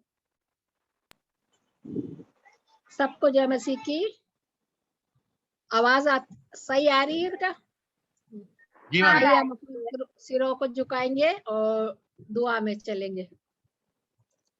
धन्यवाद धन्यवाद धन्यवाद सारी उत्तम आशीषों के देने वाले हमारे पिता परमेश्वर, धन्यवाद के साथ आपके चरणों के नजदीक आते हैं प्रभु जी। आकाश जिसका सिंहासन और पृथ्वी जिसके पांवों की चौकी है परमेश्वर, वो महान परमेश्वर, उसके आगे हम क्या है कि हम अपनी नजरें भी उठा के आपकी तरफ देखें परमेश्वर। लेकिन आपका अनुग्रह, आपका प्यार जो आपने हमसे किया है परमेश्वर, और उसमें होकर हम अपने आप को आपके नजदीकी में लाते हैं और आपको पिता और अब्बा कह के पुकार सकते हैं। आपकी इस उत्तम आशीष के लिए हम आपको धन्यवाद धन्यवाद धन्यवाद देते हैं पिता परमेश्वर। धन्यवाद देते हैं आज तक की तमाम उत्तम आशीषों के लिए जो आपने हमको दी है प्रभु जी। हमारे पास क्या है पिता परमेश्वर जो हम आपको दे सकें, सिवाय इसके कि हम अपने धन्यवादी रूपी बलिदान लेके आपके चरणों के नजदीक आए। और आप यही चाहते हैं पिता परमेश्वर कि हम आपको धन्यवादी रूपी बलिदान चढ़ाएं, और जो कुछ भी हमारे पास है वो तो सब आपका दिया हुआ ही है परमेश्वर। ये सांस जो हम लेते ये भी हमारा नहीं है, ये भी आप ही का दुआ दिया हुआ है प्रभु जी। और आपकी अनुग्रह के कारण ही है प्रभु जी आज तक हम जिंदों की जमीन पे अपने आप को सुरक्षित पाते हैं। ये आपकी करुणा है प्रभु जी, जो प्रतिदिन नई भोर की ओस के समान हमारी जिंदगियों पे होती है। और आप में हम प्रभु जी दिन प्रतिदिन आगे बढ़ते जाते हैं। इन सब के लिए हम आपका धन्यवाद करते हैं पिता परमेश्वर। और इस संध्या के समय में पिता परमेश्वर, जब एक जूम परिवार के रूप में आपके चरणों के नजदीकी में बैठे हैं, तो होने दे पिता परमेश्वर हर कोई अपना धन्यवादी रूपी बलिदान लेके आपके चरणों के नजदीक आए और अपने धन्यवाद रूपी बलिदान आपके चरणों में अर्पित करने वाला हो सके। आप उन्हें ग्रहण कीजिएगा और हर एक को आशीष दीजिएगा। प्रार्थना करते हैं पिता परमेश्वर छोटी बच्ची एमी के लिए, आपका धन्यवाद देते हैं पिता परमेश्वर कि उसने बड़ी अच्छी तरीके से आज की मीटिंग को प्रभु जी होस्ट किया है। पिता परमेश्वर उस बच्ची के ऊपर आपके अनुग्रह की दृष्टि अभी से बनी हुई है। आपने उसके एक विशेष उद्देश्य के लिए प्रभु जी चुना है, इसके लिए हम आपका धन्यवाद करते हैं प्रभु जी। और प्रभु जी हम विश्वास की आंखों से देखते हैं कि वो आप आगे बढ़ के प्रभु जी आपके नाम, काम और जलाल के लिए बहुत आयत से इस्तेमाल होगे प्रभु जी। धन्यवाद करते हैं ऐसे सारे परिवारों के लिए पिता परमेश्वर जिनके जो माता पिता अभी से अपने बच्चों के में आपका वचन के बीज को बोते हैं पिता परमेश्वर, ये बीज उनके जीवन में उगने वाला हो सके पिता परमेश्वर। और जब वे अपने मुकम्मल का हो पिता परमेश्वर, तो बहुत आयत का फल प्रभु जी उनके जीवनों से निकलने वाला हो सके। बहुत सी आत्माओं को जीतने का फल उनके जिंदगियों में पाया जाने वाला हो सके।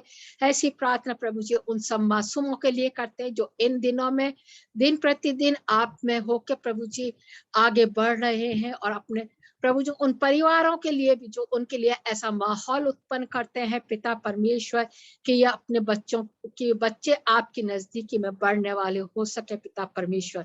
आज की मीटिंग में प्रभु जी जो भी सुंदर स्तुति गान किया गया है, वचन को पढ़ा गया और सुंदर वचन प्रभु जी आपके दास के द्वारा प्रभु जी हम तक पहुंचा है प्रभु जी। बहुत सी चीजें हमने उसमें से सीखी, विशेषकर क्षमा का दान जो प्रभु जी आपने हमको दिया है प्रभु जी। उसने समझाया कि जब हम आपसे क्षमा तभी मांग सकते हैं जब हम अपने गुनहगारों को माफ करें प्रभु जी। जब तक हम अपने कसूरवारों को माफ नहीं करेंगे प्रभु जी, हम किस अधिकार से आपसे क्षमा चाहेंगे प्रभु जी। ये उसने हमको बताया है प्रभु। बहुत भेद की बात है प्रभु जी जो आज उसने हम सबको बताई है। इसके लिए हम धन्यवाद और धन्यवादित है प्रभु जी आपका कि आप प्रभु जी पवित्र आत्मा की सहायता से प्रभु जी और पवित्र आत्मा के द्वारा हमारी जिंदगियों में प्रभु जी जवानों की जिंदगियों में काम करके प्रभु जी हमें रिवाइव करते हैं और हमें बताते हैं पिता परमेश्वर क्या हमें कहाँ कहाँ आगे बढ़ना है और क्या क्या करना है प्रभु जी। इसके लिए आप मार्गदर्शन करते हैं, इसके लिए हम आपके नाम का लाखों लाख धन्यवाद करते हैं पिता परमेश्वर। और जो प्रार्थना निवेदन आपके सम्मुख में रख गए प्रभु जी, और जो प्रेयर रिक्वेस्ट आपके सामने रखी गई और उसमें जो मांगा गया प्रभु जी, आपने हमारे मांगने से ज्यादा हमको दिया है, इसके लिए हम आपका धन्यवाद देते हैं प्रभु जी। और उन सारी चीजों के लिए प्रभु जी आपको धन्यवाद देते हैं कि प्रभु जी जो कि पूरी हुई है पिता परमेश्वर, उसके लिए हम आपके नाम का लाखों लाख धन्यवाद करते हैं पिता परमेश्वर। प्रभु जी धन्यवाद करते हैं आपका प्रभु जी, आपने हमें रात के इस पहर तक पहुंचाया है, इसके लिए भी आपके नाम का लाखों लाख धन्यवाद। अब से कुछ समय बाद प्रभु जी हम अपने बिस्तरों पे होंगे। बिस्तरों पे जाने से पहले दिन भर के उन सारे कार्यों को जो आज हमने किए हैं आपके सम्मुख में याद कर लेते हैं पिता परमेश्वर। कमजोर इंसान है प्रभु जी, जाने अनजाने में हमसे बहुत सी खताएं हुई होंगी प्रभु जी। उन सारी खताओं की हम आपके सामने क्षमा चाहते हैं पिता परमेश्वर। हमारी गलतियों को, हमारे अपराधों को आप क्षमा कीजिएगा और एक अच्छा मन और एक अच्छी तबीयत प्रभु जी हमें दीजिएगा प्रार्थना करते हैं प्रभु जी, जूम के जितने परिवार हैं और जो हमसे जुड़े हुए हैं और नहीं भी हैं पिता परमेश्वर, उन सब के लिए प्रभु जी आपसे प्रार्थना करते हैं, अपने लहू के बारे में हर एक परिवार को प्रभु जी छिपा के रखिएगा पिता परमेश्वर, क्योंकि हम जानते हैं कि जब हम आपके लहू के बारे में रहते हैं तो हम सुरक्षित रहते हैं पिता परमेश्वर। उस लहू के बारे में हमको सुरक्षित रखिएगा पिता परमेश्वर, और हम सबको रात में मीठी नींद दीजिएगा। यदि नींद ना आए तो प्रभु जी अपने वचन की बातें हमारे हृदयों में डालिएगा कि उन पे मनन करने वाले हो सके। यदि सुबह की रोशनी हमारे लिए तो हमें हमारे बिस्तरों से एक बार फिर से सही सलामती से उठाइएगा पिता परमेश्वर, की उठ के सबसे पहले आपके नाम को धन्यवाद कर रहे हैं प्रभु जी, और उन सब कार्यों को जो आपने हमारे लिए पहले से मुकर्रर रखे हैं ईमानदारी के साथ पूरा करने वाले हो सके। सारी आशीषों के लिए, आपके अनुग्रह के लिए, करुणा के लिए प्रभु जी, और हर एक बात के लिए आपको धन्यवाद देते हुए इस विनती को आपके बेटे हमारे खुदावंद यीशु मसीह के नाम में मांगते सुनिए और ग्रहण कीजिएगा बाप। आमीन।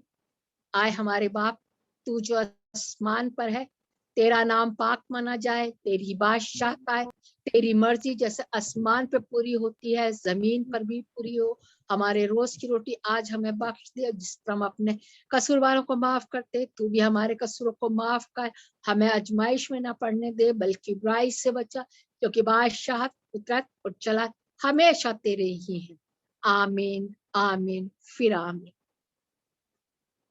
सबको जय मसीह की। Praise the Lord.